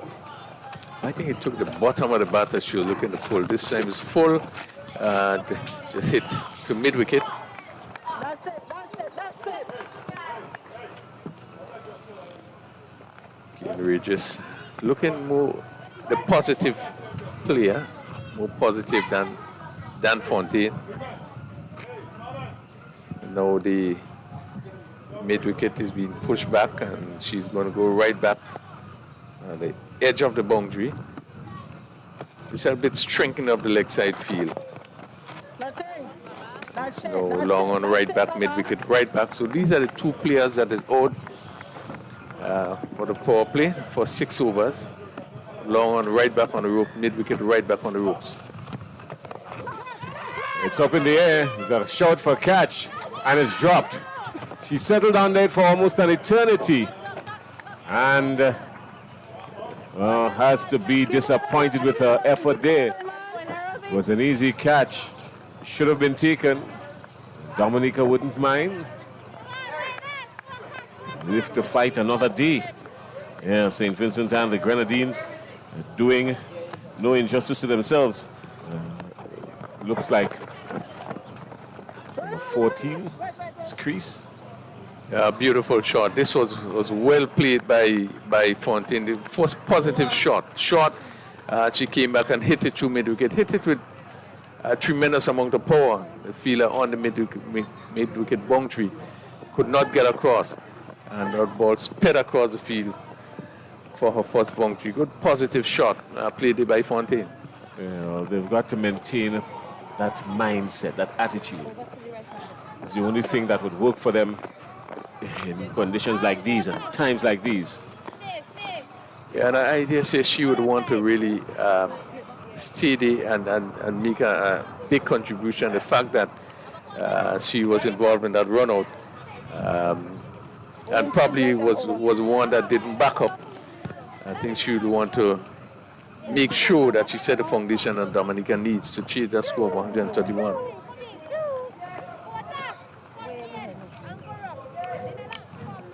So again, quite a bit of movements on the field. You see players are just moving around. Third man, and now the cover, extra cover. Now the mid off is going back. The long hand, right back again. Push on to extra cover, and there's no chance of a run. Kwashi is picking up the attack from the commentator's end. Again, seems to be bowling off spin.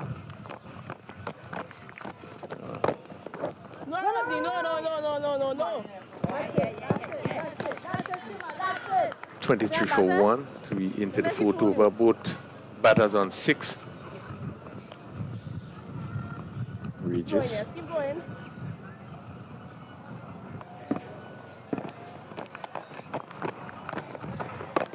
No, Rosie, that's okay. Push cover. Seem to be.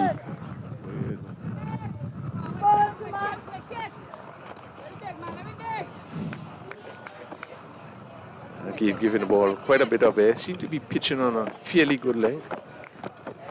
Again, just leg spinner. Pass the cover.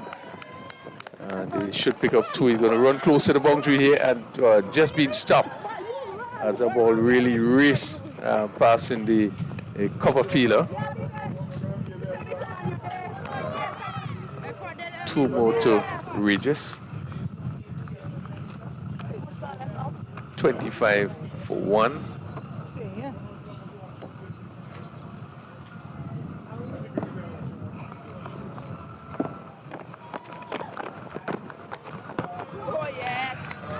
Yeah. And Kwashi again giving the ball air and just turning away from the right hander. So it's bowling some leg spin. One got the impression that she started with off spin. Straighter delivery, hit down to long off.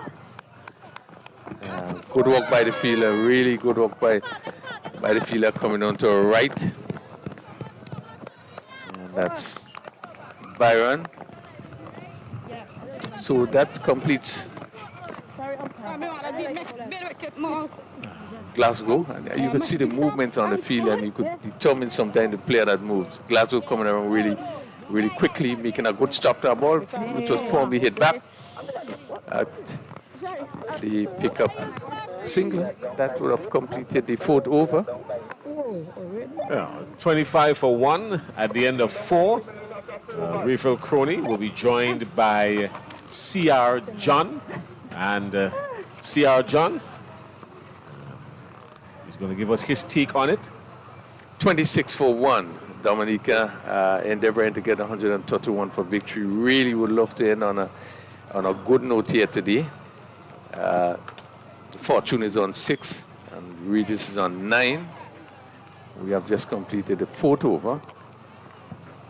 And Stephen, who has so far bowled 1 over for 7 runs. Again, giving the ball some air and Regis looking to sweep. White signal by the umpire.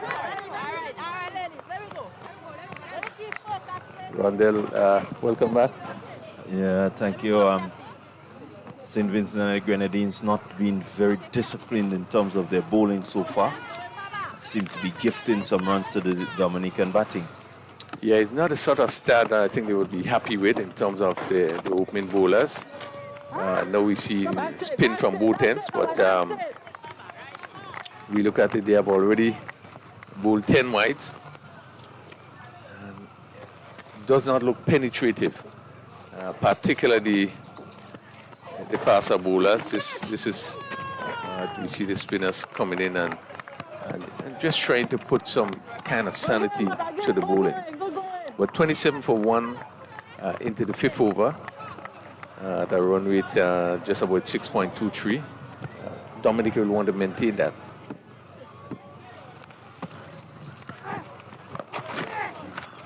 Full toss again, sweep down to the fielder, down on the wide, make it wide mid-wicket boundary. And you want to take advantage of those bad deliveries. Really should put that away. Yeah, if Dominica intends to really get past the line, they will have to keep the run rate up over 6.5 and definitely put away the bad deliveries. No. That's it, Marapi, that's it. 28 for 1, still in the 5th over. Regis getting into double figures on 10.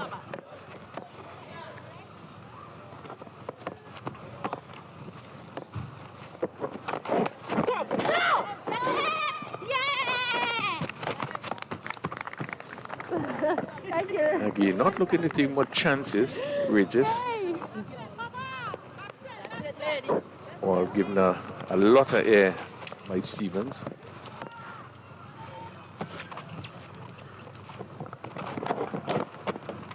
Okay, not being able to pick the gap to another short delivery. Hit straight to mid-wicket. And that concludes the second over by Stevens. She has so far gone for 9. Dominica 28 for 1 after 5 overs. I just say Stephen is a pretty crafty bowler. She loves giving the ball air and having the batsman trying to decide whether to come forward or whether to stay back to play. And that sort of indecision can get you in trouble as a batter. So the Dominican batters will have to be positive against her, because if you stay back, you just may be in trouble and get trapped LBW. So they need to look at that. Yeah. What she's going to continue from this southern end, as we see the long on is being pushed right back on the rope. Also, the long off seem to be going back. Yeah. Good line and length. Of course, she has been doing a pretty decent job for Dominica with the ball. So far going her first over, going for 3.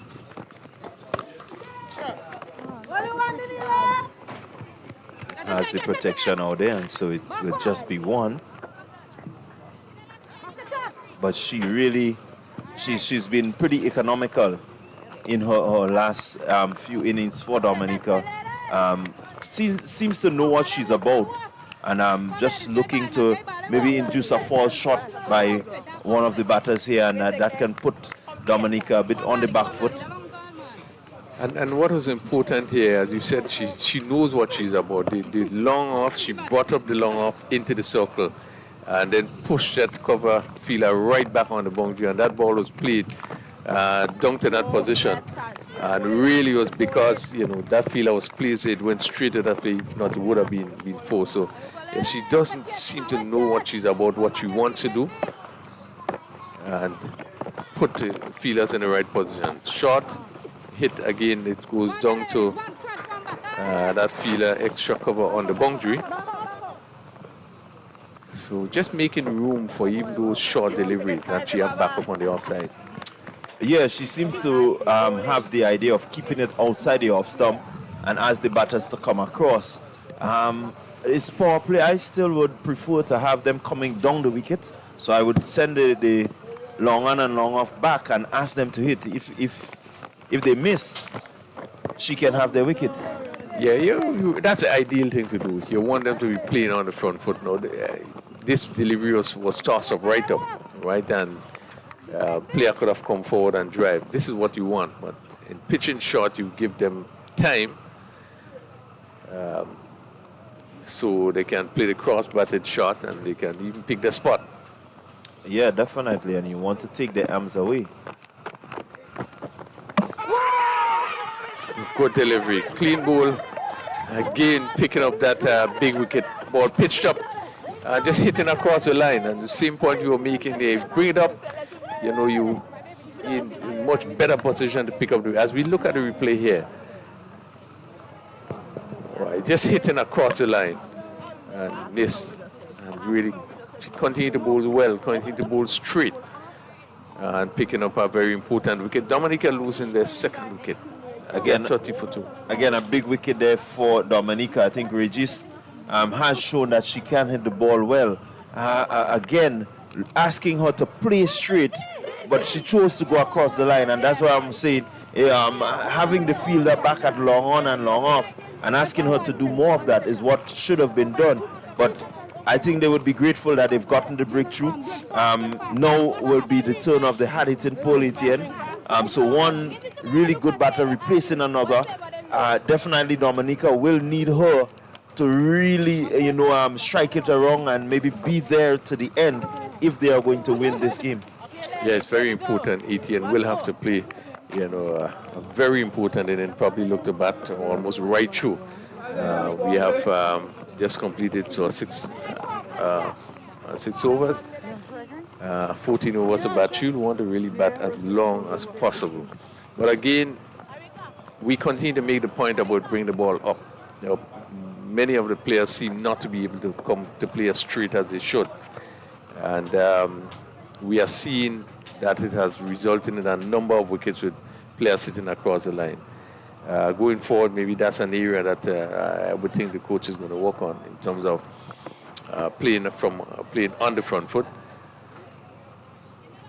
Rosalie just hitting across that ball and losing her middle stump. Again, short swing down to backward square, goes into the boundary for 4. Bad delivery and really giving the full treatment there by Fontaine, hitting it well down to that square leg position and wrist across the field for 4. Yeah, what was in her favor there is that the ball was short. She rocked back and it was short, moving down the leg side, and so she was able to get across and really get into a good position to give it a good thumping. It sped across the outfield, and she will be happy for that. She's been there for a bit, and definitely will want to make sure that she stays there with her captain to bring home victory for Dominica. So, short delivery hit really well through square leg. Just one toss up. It was necessary to come on the front foot and just struggled a bit. Not being able to play from the middle of the bat. Stevens in a third over, giving the ball quite a bit of air. This again tossed up and she pushed it back. But you could see the uncertainty, coming forward. And that's what you want to create. You want to create that uncertainty in the mind of the batter that they may just decide to go across the line and you can get that wicket. Again, giving some air and cautiously played to short mid-on. It will be important that someone stays with Etienne. And this partnership would probably can determine how the game goes. Short delivery, pull again through mid-wicket for 4. Good shot between the mid-wicket and the long one for 4. Another short delivery and giving the full treatment.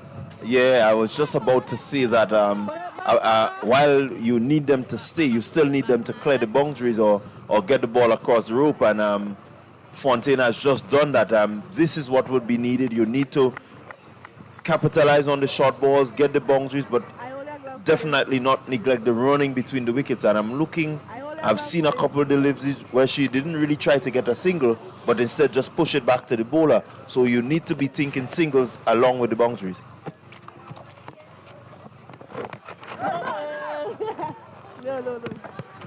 Push on the offside, that completes Stevens' third over. She has so far gone for 17 runs. Dominica at the end of the 7th over, 38 for 2. With 14 on 15. Etienne is going to face her first delivery. So the rate is not that bad, 5.43, but you does not want to drop on that just to keep it going. Just for a period of time, and then you can pick up as the games further. 38 for 2. They would have been very disappointed to lose that first wicket by the run-out route. But Etienne is in, and one expect that she's going to play this other inning that we're really going to pull things towards Dominica. Yeah, we know she's capable. She's the experienced campaigner out there, and she will want to bring her experience to this game.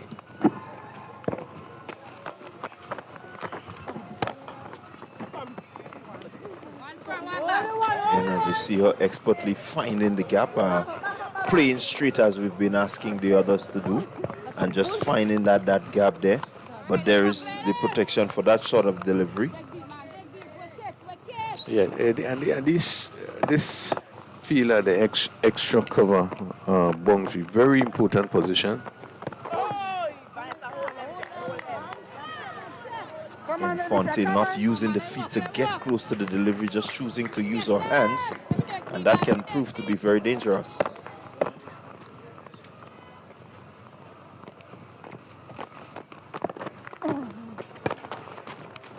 Hit down to long on short delivery, and goes down to the boundary for 4, and again another positive shot. She's taking charge of those short deliveries. Being able, as we look at the replay there, really striking very hard. Past mid-on. Mid-on was wide and goes over the row for another 4. So she continue to scores in boundaries. She moves to 19, and I think she probably would have hit some 3-4s in that 19. Yeah.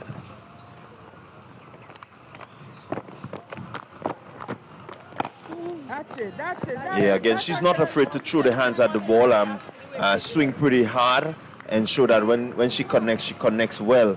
And as you saw that ball that just came back down the wicket here, it was more or less a miss it, but she went hard at it. And that is what made the difference. It just picked up the momentum down the hill, and a safe shot straight enough that she can get the boundary. But this is what is needed by Dominica if they're going to really get past the 130 scored by St. Vincent and the Grenadines.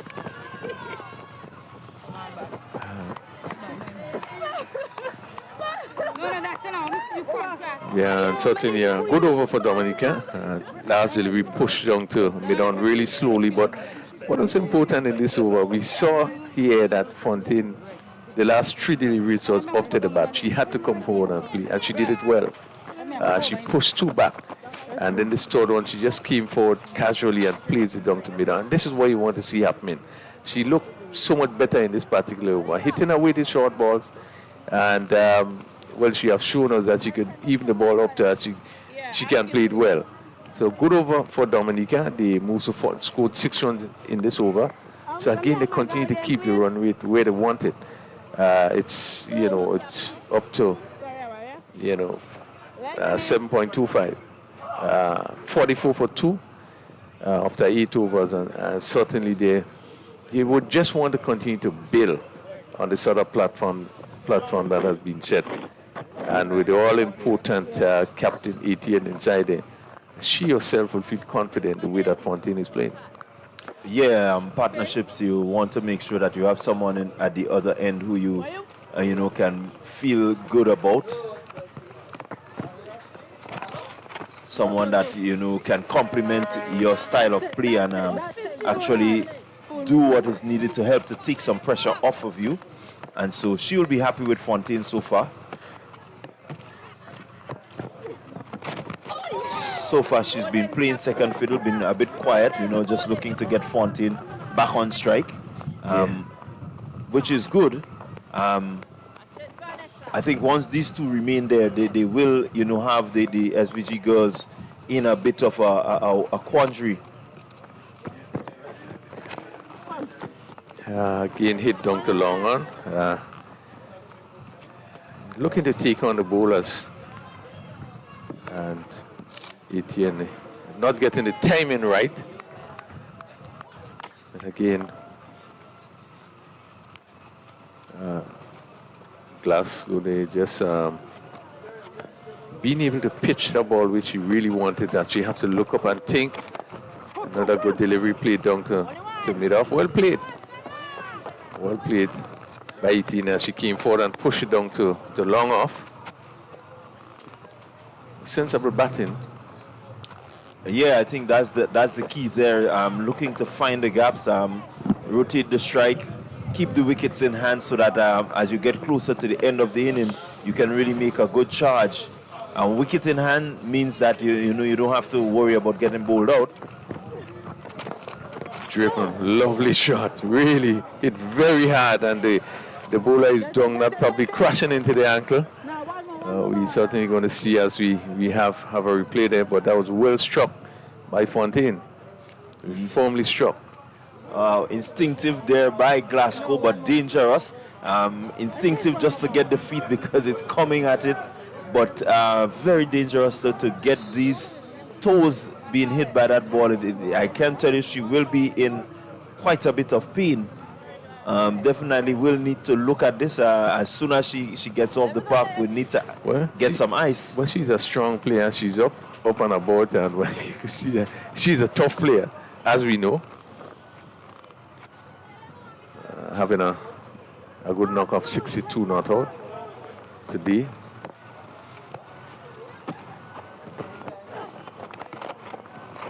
And bowling sort of off spin, coming through quickly. We saw early on in week bowling, medium pace, more or less opening the bowling. So it does show so all-round ability as a player. This is a sort of player you want to have in any team who can almost do anything. Yes, she exhibits a lot of control over her game. I think she's one of the young players in the Windwards who can, really do exactly what is needed. You can give her certain responsibility, and she will take it up because she knows her game inside out, and that gives her the sort of confidence that she's exhibiting on the park whenever she's on the park. Yeah, looks as a very good athlete. Even her movements, she just looks the part. So 46 for 2. We had 9 completed overs. 14-21, 18 on 2. Dominica need to get up to 131 for victory. Excellent. Oh, sorry. Yeah. Right around. Yeah, so far we can say it's even Stevens here at the last just playing field as we get ready for what will be and what should be quite a cracker later on. It's the finals of the T20 tournament. A hooper it is. This one hit to cover in the air. Goes down to that cover fielder, and going back for a second run. And Peel went up, the umpire gaining a good position, as we would see the replay. Certainly was in good position, and again the fielder is down. Yeah, there was quite a bit of indecision there. The bobble by the fielder, and the ATN seen it quickly, but Fontaine was late to respond. Putting in the dive was Fontaine. As we look at it there, very, very close. Umpire judging not out, but I think she has done just enough. The angle doesn't really say much, but the umpire who is in the best position to see what is happening decided not out. Hit very hard to that short cover and pick up another single. We've seen both players now begin to be a bit more positive, looking to put away the bad balls. There were 2 short balls, one hit over cover, pick up 2. This one just was hit straight to the players, but firmly hit.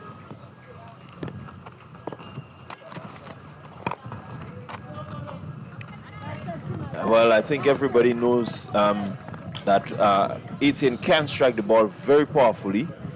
Fontaine is showing that she's quite capable just the same.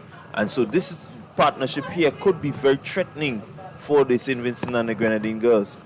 Hooper in a first over, right arm around the wicket. Full outside the leg stump, and Fontaine looking to hit somewhere through mid-wicket. So from mid-wicket, there's someone on the right back on mid-wicket boundary. There's a mid-wicket. There's long on, right back on the ropes, and there's backward square just about halfway to the boundary. It just seemed to be attacking just around the legs.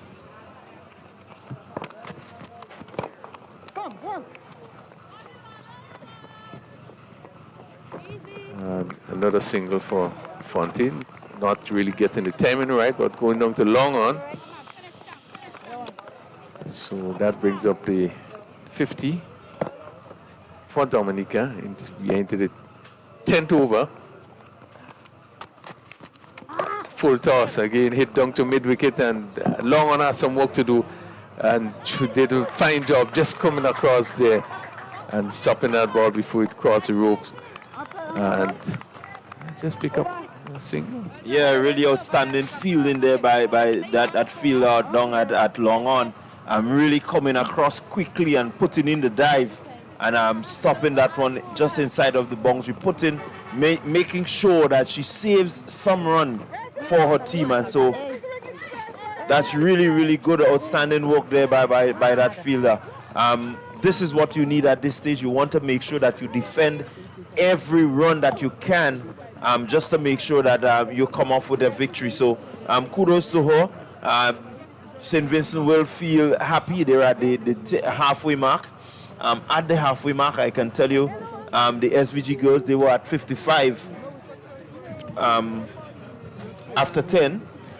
And here, Dominica, they're 51. So they're just about on par, just maybe about a 4-run difference. But with the hard-hitting Etienne and Fontaine there, I think they can more or less make up for that 4-run difference and maybe get the run rate up to where it should be.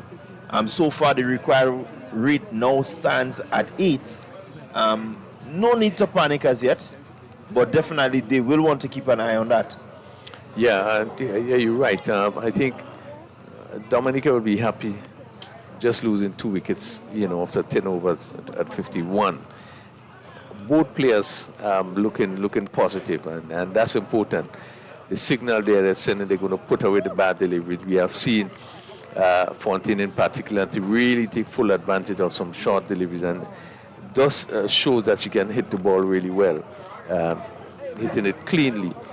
We all know what Etienne can do. So it's a critical partnership. These two players are vital for Dominica's success, and they would need to bat as long as possible, if they're going to get anywhere close to that score. While the St. Vincent will want to break this particular partnership. So we at a stage of the game, a critical stage of the game, and we would see what the next couple of overs would give. But really, I think we are at an even stage in terms of the game now. Yeah, St. Vincent and the Grenadines will want to make sure that they have some clear plans as to how they're going to bowl, how they're going to approach this next 10 overs, keeping in mind, what is required to be scored, and maybe look at their field placing in terms of what might be the best possible way to get one of these out, or if not both of them out, because as long as you have these two at the crease, I think the possibility for quick scoring will be there. So they want to make sure that they get a breakthrough sooner than later, and maybe look to restrict, the run rate as much as they can if they're going to defend this 131. And what I love about both of the players, they now seem to be taking advantage of the bad deliveries. And happy to see Fontaine playing on the front foot and stroking the ball nicely. Really, really is a good sign. So we had a really exciting period. Dominica 51 for 2 after 10 overs. They need to get up to 131 for victory. Fontaine 22. Glasgow just marshalling the troops, trying to make sure that she gets her field placing spot on. And 22 from 34 deliveries. She already hit 4 boundaries. Short deliveries, hit down the backward point. Really, that was really well played. Etienne really crashed that shortish ball. It really looks a lovely player. Superb shot. Superb shot met with superb fielding by the fielder there at the backward point. Another short delivery. Comes off the edge, and they're going to go down to the fine third man for 4. And wherever it comes, they will welcome it. Again, looking to pierce the offside field. Yeah, but you can see the intent from Etienne. She's ready to maybe get this game over as quickly as you can, not really holding back. That one peeling off the edge, but good result for her. She went hard at it, and I think she's in the frame of mind where she's confident that Dominica is going to win this game today. Yeah, there's nothing to worry about. The pitch is playing really well, and you just need to make sure that your judgment is right. Pick the bad deliveries. No, bringing up this, some adjustment. 3-0.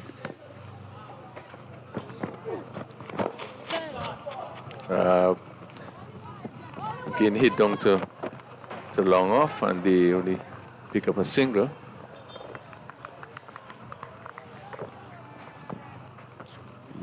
Yeah, again, you can see the intent of Etienne going straight. She's looking to hit the ball as straight as she can.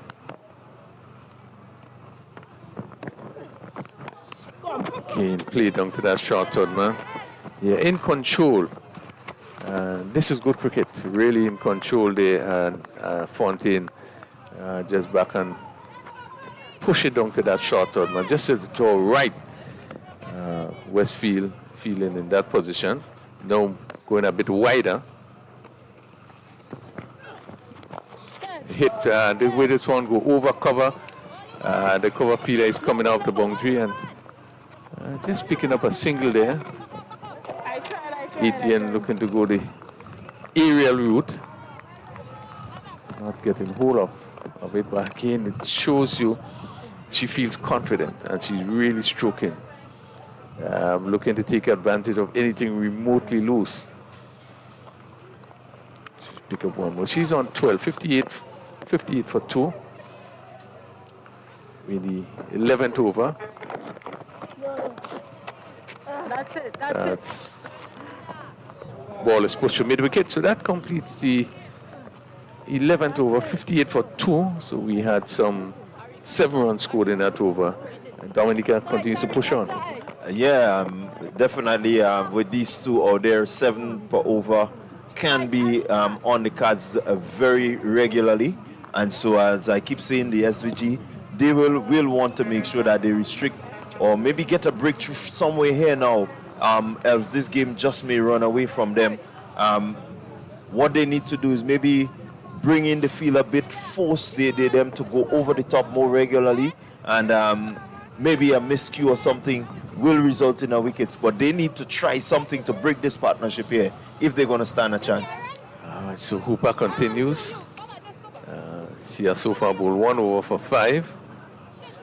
Glasgow 2 overs for 9. We into the 12th over. Again, the long off is going right back. Extra cover right back on the boundary. Long on is also coming right back. And there's also mid-wicket on the boundary. Play to a vacant square leg. They're probably going to look for 2 runs here. Fielder had to run back here. And Etienne playing this one well. So picking up another 2 runs. Yeah, again, importantly, good running by Etienne. Looking to, I think she knows really what she wants to do. She eyed up that vacant square, and so you realize she didn't go across. She just stood there and whipped it through the square leg vacant region, and picking up 2 more. Played past the short third man, and again she going to pick up another 2 runs. Just making up her mind a little bit late to go back for that second one, but was in no danger. So she pushes on to 16 very quickly, 62 for 2. Yeah, more importantly, 2 deliveries, 4 runs scored already. So she's calculative out there. She seemed to be doing the math. Pitch up, hit goes down to long on, and she will settle for a single. Slightly hitting across that delivery. Sort of dragging it more to a wide long on position. Importantly for Dominica, 3 deliveries, 5 runs. So it just means that they can end it over with just about 8 runs, which is the required rate.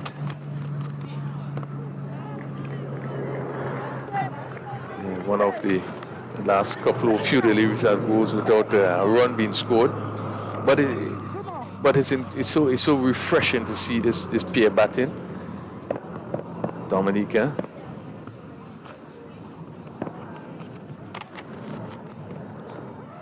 No.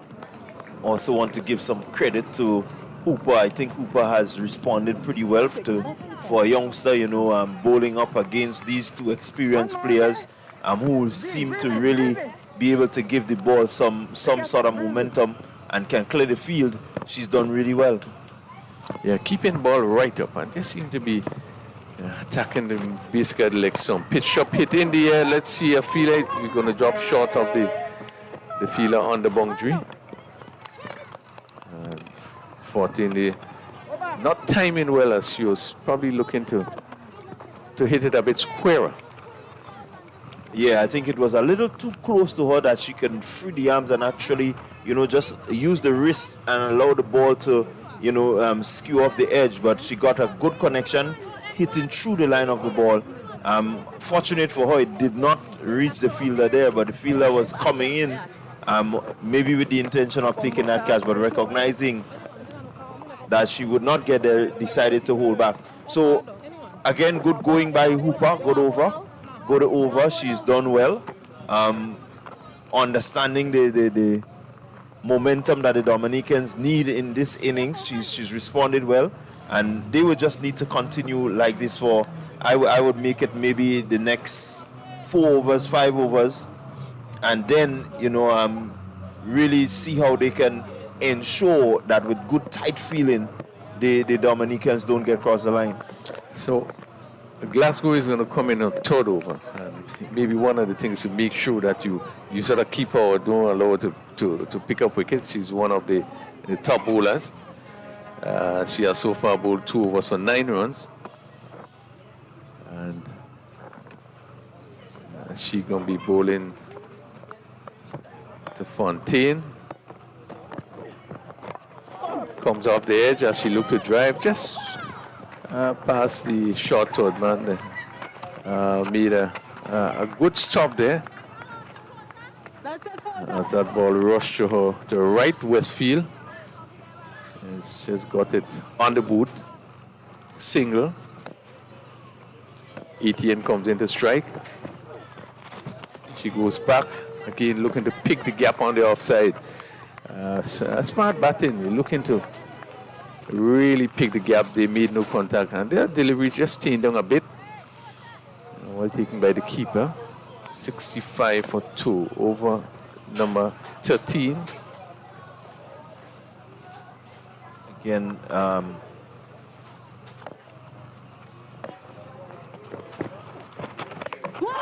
Bowled. And what a blow. Again, ball too close. And really, judgment there wasn't the best. Really, it was too close to go back. And just seemingly turn in a bit and hit the off stump. What a blow. The fall of that wicket, Etienne being bowled by Glasgow. I was just about to say that she would be best served getting forward, lifting the ball over the bowler's head, and then she was going back to one that was just too close to her. A late decision to try and dab it just past the short third man, ended up with a bottom edge onto a stump. So definitely a big breakthrough for St. Vincent and the Grenadines. Seeing the back of Etienne, that to me is a big wicket for them. They now need to make sure that they put a stranglehold on the Dominicans and defend their 130. Yeah, we was making the point that Glasgow into a 3rd over. You want to make sure that you keep her out. And just a bit of a judgment there. Should have been on the front foot. That she was looking to make room, ball a bit close to her, and went into the off stump. Good wicket for St. Vincent. Gilbert replaces Etienne. 65 for 3. Dominica ill afford to lose that important wicket. Ball pushed on to extra cover or wide mid-off. So that will give really St. Vincent some confidence really to pull things back. The end of a really good over ball day by Glasgow, picking up a first wicket, the all-important wicket of ATN. She has 1 for 10 in 3 overs. Yeah, good job there by skipper Glasgow. For me, what is interesting here now is the response from Fontaine, who has been there from the onset. How will she respond? The fact that she has lost the experience of ATN, the hard-hitting ATN. Now the dynamics may change a bit. Is she confident in the ability of Gilbert to really strike the ball or to rotate the strike? These are the things that she has to now take into consideration. So definitely how she responds, let's look and see. Is she going to look to go over the top a bit more? What is it she's going to do? Because I do believe the loss of ATN here places a different dynamic on this game. Yeah, she will have to take up the mantle and be the senior partner. She'll have to continue to be positive, but just be aware that it's key that she bats as long as possible. As we see a change of bowling from our end, commentators boot in. Bentic, it's put in number 4 jersey.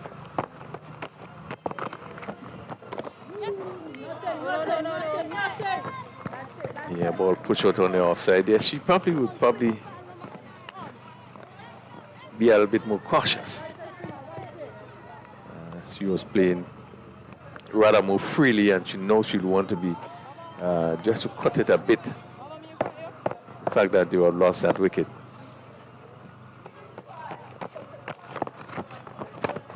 Hit dunked along off, ball pitched up, and 4 runs as the fielder really stepped over the boundary to collect that ball, and Glasgow probably just again just didn't realize where she was and actually stopped that ball with her feet over the boundary. Yeah, a bit of a misjudgment there by Glasgow. Coming around, giving herself, that chance to pick up and maybe release at the same time. You can see the way she shaped.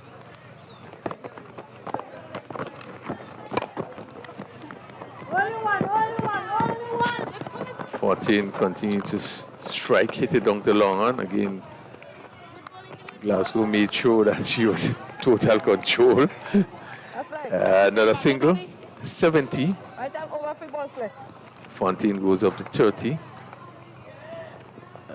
The dot balls from here will present a challenge to the Dominicans, and so they want to keep that in mind, that they have to look to rotate the strike also, because every time you have a dot ball, the required weight will go up.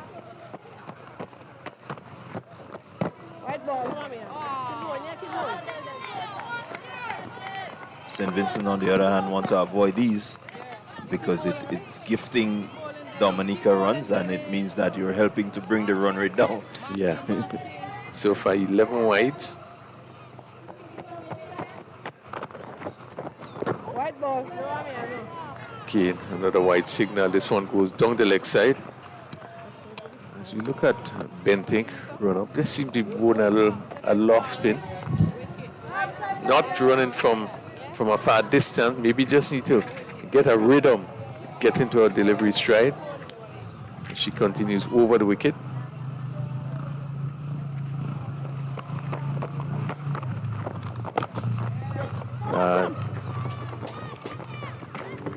Play down the long off for another single. The run is coming 73. She has so far gone for 8 in this over. So it's not about probably the rate, but just losing wickets.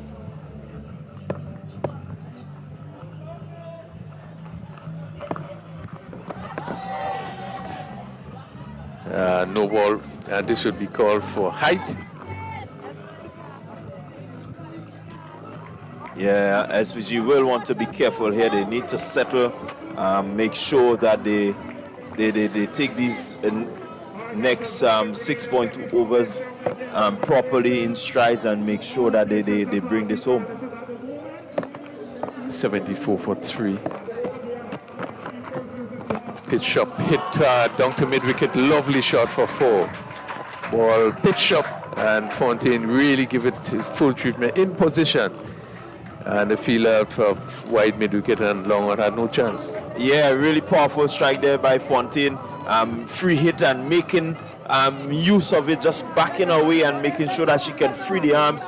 And what was more important is that she chose the gap that she wanted to hit that ball and actually executed it as she wanted it. Good result for her. That would help to ease the pressure somewhat that has been placed on Dominica.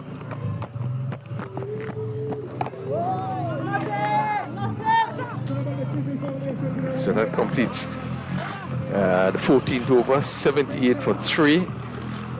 Dominica need to get to 131. And Fontaine continues to play a good inning. So the 4, that's a 6 boundary. So really she has shown the ability to really strike the ball powerfully. So current run rate 5.5. Just need to step it up a bit. Well, basically we were looking at some 53 runs needed from 36 deliveries. An equation that if you're the batting team, you will think that's gettable. The bowling team, they would really have to make a meal of this. I think they're in good control. They just need to bowl wicket to wicket, make sure that if the batter misses, they hit, and definitely that game should be in the bag.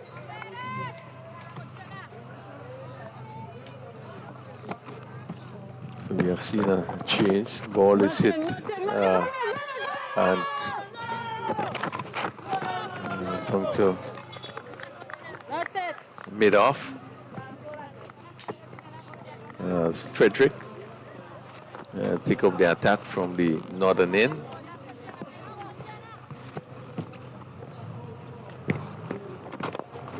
Again hit, cover having to come around. Really strong throw coming from the cover fielder there. Frederick doing really well to pull in that one. It was a rocket of a throw. Hit straight in the air. Let's see, where does this go? Straight back and goes down over the rope for 4. Again, Fortune continued to hit straight and dropped just a few bounces, went over the rope for 4. Yeah, so far I'm really liking the response of Fontaine. Fontaine, even if she's lost glass 18 at another end, she's not afraid to hit the ball straight. She's not afraid to go after her shot. I think she believes that Dominica has to go home with the 3rd place, and she's playing like she believes.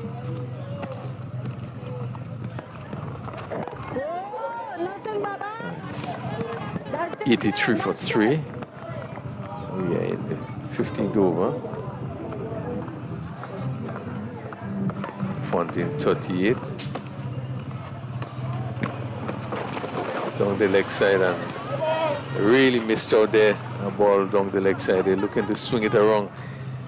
And loads of space on the leg side. Backward square. Not a no ball signal.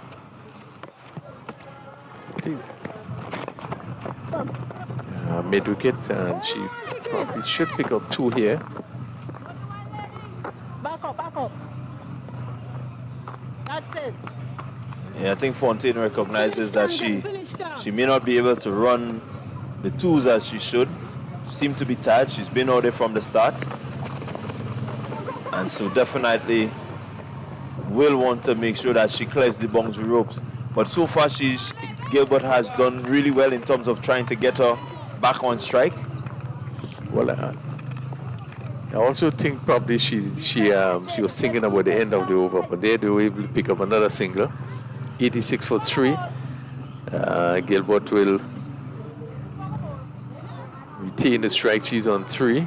And Fortune 39. She has so far faced 49 deliveries. 7 fours in that inning. 66 minutes batting so far. So really has been playing a good hand after the unfortunate run out to first wicket for Dominica. Yeah, they've really consolidated well. We're now at the back end. The last 5 overs of the innings are very, very critical.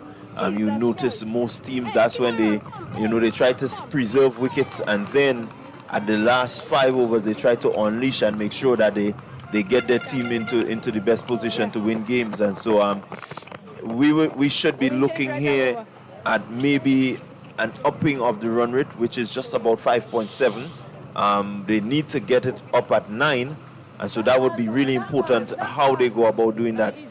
Definitely, I can tell you the dot balls that they face will put up a bit of pressure, but they need to respond. So Stevens going to continue, and she's going to bowl her last over, so far going for 17. This ball giving a lot of air. Again, just choke back to the bowler. But I agree with you, no, they have to probably just look to step it up a bit. They need a couple big overs. Ball given a lot of air, and then it's hit to mid-wicket. Good stop by the mid-wicket fielder. Really good work there. The ball was swung to mid-wicket.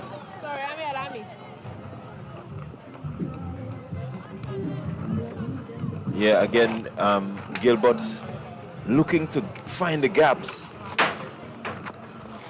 He looking to pull. Ball comes off the pad and come through for a leg by. No signal by the umpire. Again, Fontaine looking to get the strike.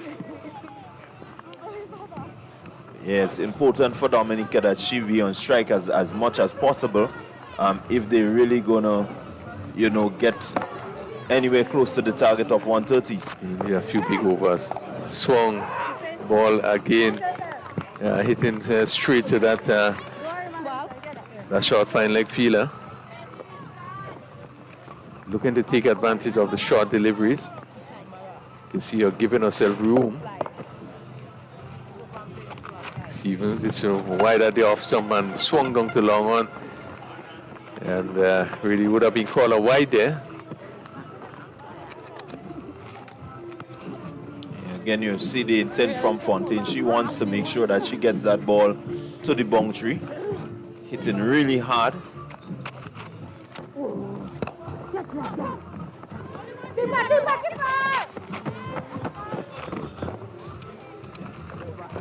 Again, no ball signal there by the umpire. And so it's a free hit. Important one too, because you have Fontaine on strike, and she seems to be pumped and ready to deal with this one. Yeah, let's see what happens. No ball for the height. Stevens hit, and this one again is hit straight, and it's going to go down to the long on boundary for 4. Good shot again by Fontaine, getting herself in position. You could see she really intended to hit it straight, not to the long on fielder, but hit it straight, which is really safe. And there's no fielder close to it. So she pick up another important boundary that takes her score to 44. Also take the score to 94 for 3 at the completion of the 16th over. Yeah, good hit there by Fontaine. Again, choosing the right area to hit that delivery. It was short, it sat up, and she could have hit it anywhere, but choosing straight back because you had the long on being a bit wide, and definitely she picked her spot well, and the result was good for Dominica. Again, you want your St. Vincent and the Grenadines, you want to avoid the free hits and avoid the freeing of the arms by Fontaine, because you don't want a situation where they can really get themselves back into this game, the Dominicans. So Fontaine has just picked up to 8 boundary. She's 44 from 52 deliveries.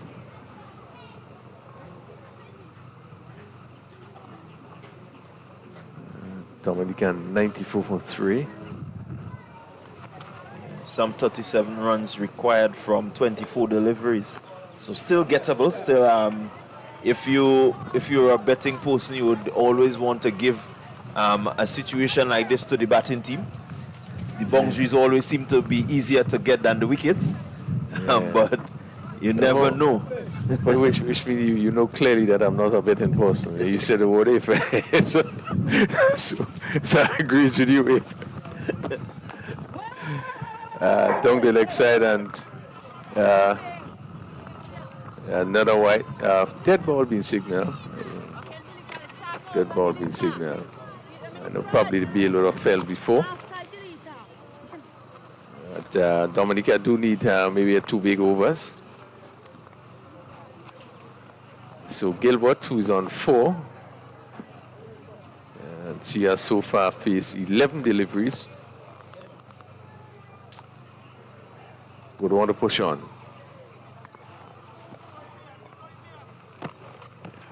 Bentic, ball given a lot of air, and she just pushed it back, and he just saw the deliveries. Now you'll want to really make full use of, and all she was able to do is to push it back to the bowler. Yeah, definitely. I think she missed a trick there. There's loads of room from square leg all the way to the keeper. Shot hit dunk to that third man position. White third man or maybe backward point fine. Third man wide, pick up a single. Good job there by Gilbert, looking to get off the strike. The way that Bentic is flighting that ball, I do believe if Fontaine gets on a hold of it, she really will put it far over the ropes. She's again hitting down to long off. The fielder is in position. She could only get a single, and you need much more than that. You need to find the boundaries. Well, the required rate has jumped to 10 and over. And so definitely a lot of big hitting will be required now. Can't be a one-man situation. So definitely Gilbert will need to maybe rotate the strike a bit faster if they're going to really get anywhere close to that 130.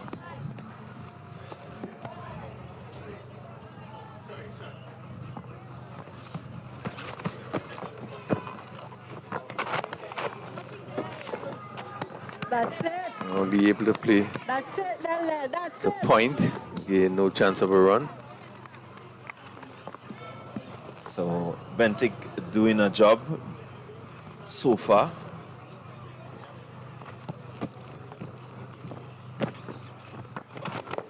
Nothing. That's Dot it, delivery that's it, again. That's it. That's it. 11.5. So I'm not certain what is the mentality of Gilbert at this time, but she needs to maybe hit a shot somewhere in anger and see if she can clear the rope. But it's the final ball of the over, so let's see. Probably look for the boundary outside the off stump, and again the end of a good over for St. Vincent. Just I think 2 runs scored in the over. 96 for 3 at the end of the 17th over. Fortune on 45. And she really would be looking to push off. Really looking to push off. Dominica really have nothing to lose. Will really want to come out blazing for the next 3 overs. Will want to really try and give it a good shot. Yeah, definitely. You really want to give it a good shot. So with nothing to lose, you want to go as hard as you can. The good thing is that Fontaine has been there. She understands the way the wicket plays. She's been seeing the ball well, and so she just needs to execute her shots now. Well, so we see Bentic come in. Just to make sure. Just ball right up and plays down to again a short third man and pick up a single. I wonder if Single, first delivery. Frederick.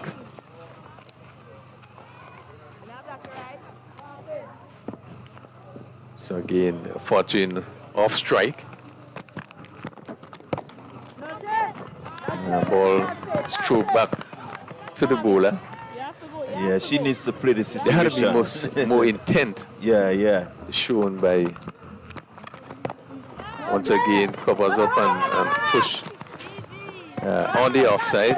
And really, Gilbert, there should be more intent shown by Gilbert.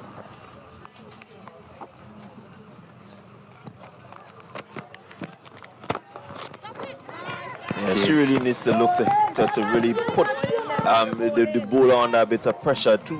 She's just stroking it nicely. I mean, this requires hard hitting. I probably would not have taken the single from the first ball. Fontaine, first baller though, took a single. And so I would probably want to take most of the strike.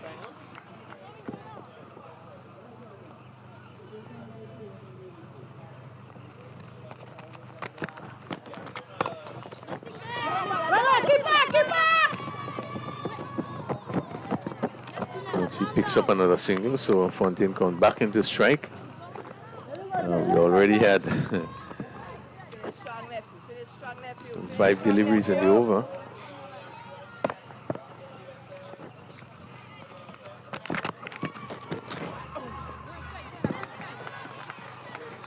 And that completes a very good over for St. Vincent. Just at 99 for 3, and we just about 2 overs from the end.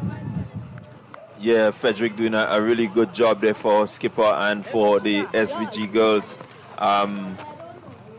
Definitely, I think Fontaine has misread the situation. Taking that early single, not getting off the strike, means that she doesn't have the opportunity to really put the SVG girls under pressure. As long as she's there, you know the team, the fielding team will be pressured. They would love to see the back of her, but as long as she's there, you know, it would have posed a challenge. But as it stands now, she being off strike for the start of the penultimate over means that they have to find a way to get her back on strike, and she would have to do a lot more hitting than necessary. And so definitely, I think they missed the trick there. So Kwashi in her final over, so far she picked up 1 for 11, and one would think that probably Glasgow is going to bowl the final over. Short outside the off stump. Again, not being able to pierce the field, hit straight to cover. We've seen Stevens has completed her 4 overs. None for 24. Ball given air again. Goes down to mid-on. So 1 more 100 in the 19th over. 100 for 3. Williams had 1 over for 4. Westfield also had 1 over. You see 11 runs. Glasgow, so 3 overs, 1 for 10. Tossed up and swung down to mid-wicket, and again just a single being taken. Disappointingly, 101 for 3. Yeah, I'm looking at what is happening and a bit disappointed. Mathematically, Dominica is still in it. You know, 6 sixes and an over. You want to make sure that you play the situation as it is, and looking at the way they ran that single there tells you that they've decided that they're not going to really put no pressure on the fielders, and so definitely it shows a sign of conceding.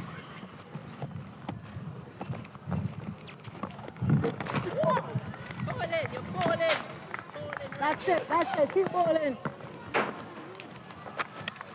So we had almost at the completion of the 19th over.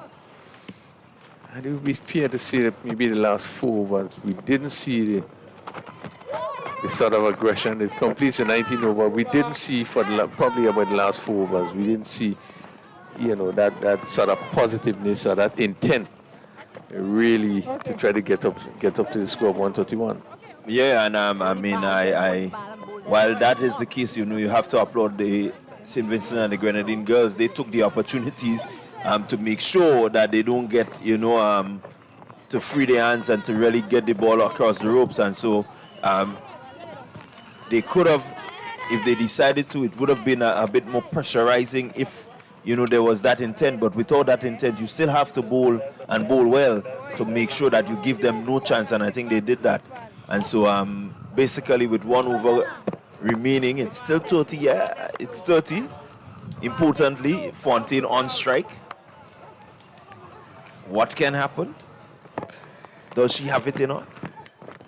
Hit down to the long on. Again, the Glasgow comes out the boundary. They're looking for 2, and let's see. And they will complete 2 runs. Ball not collected by the bowler. And Frederick, who just gone for 13, she's into her 3rd over. And this is what we were saying. If you put pressure on the fielders, this is what happens. So they looking to put pressure in this last and final over. It really doesn't make sense to me. 103. Fontaine is looking to swing. A white ball signal. You probably should have seen that maybe a few hours ago with the intent, trying to. But you just didn't see it from both batters. Pitch up and hitting straight. Let's see, the fielder comes around and just got a hand to it. And again, just a single being taken there. Kane, that was intended to hit straight. Yeah, good shot there by Fontaine, as that brings up her 50. 50, yes, I think she would have really loved to have 50 and winning the game. It's on the hit down to mid-wicket. Again, is another single straight to the fielder. To have the 50 and to have gotten your team home, that would have been the consolation, but as it stands now, you've gotten the 50. No way mathematically that your team can win this game. She will be disappointed.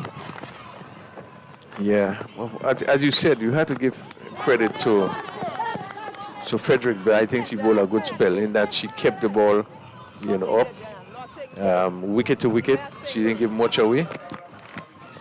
Look at that length, goes in the air and easy catch taking in cover. And certainly Dominica now losing the 4th wicket with just 1 more delivery to go. Yeah, and this is the sort of hitting that you expected from Gilbert. You have wicket in hand.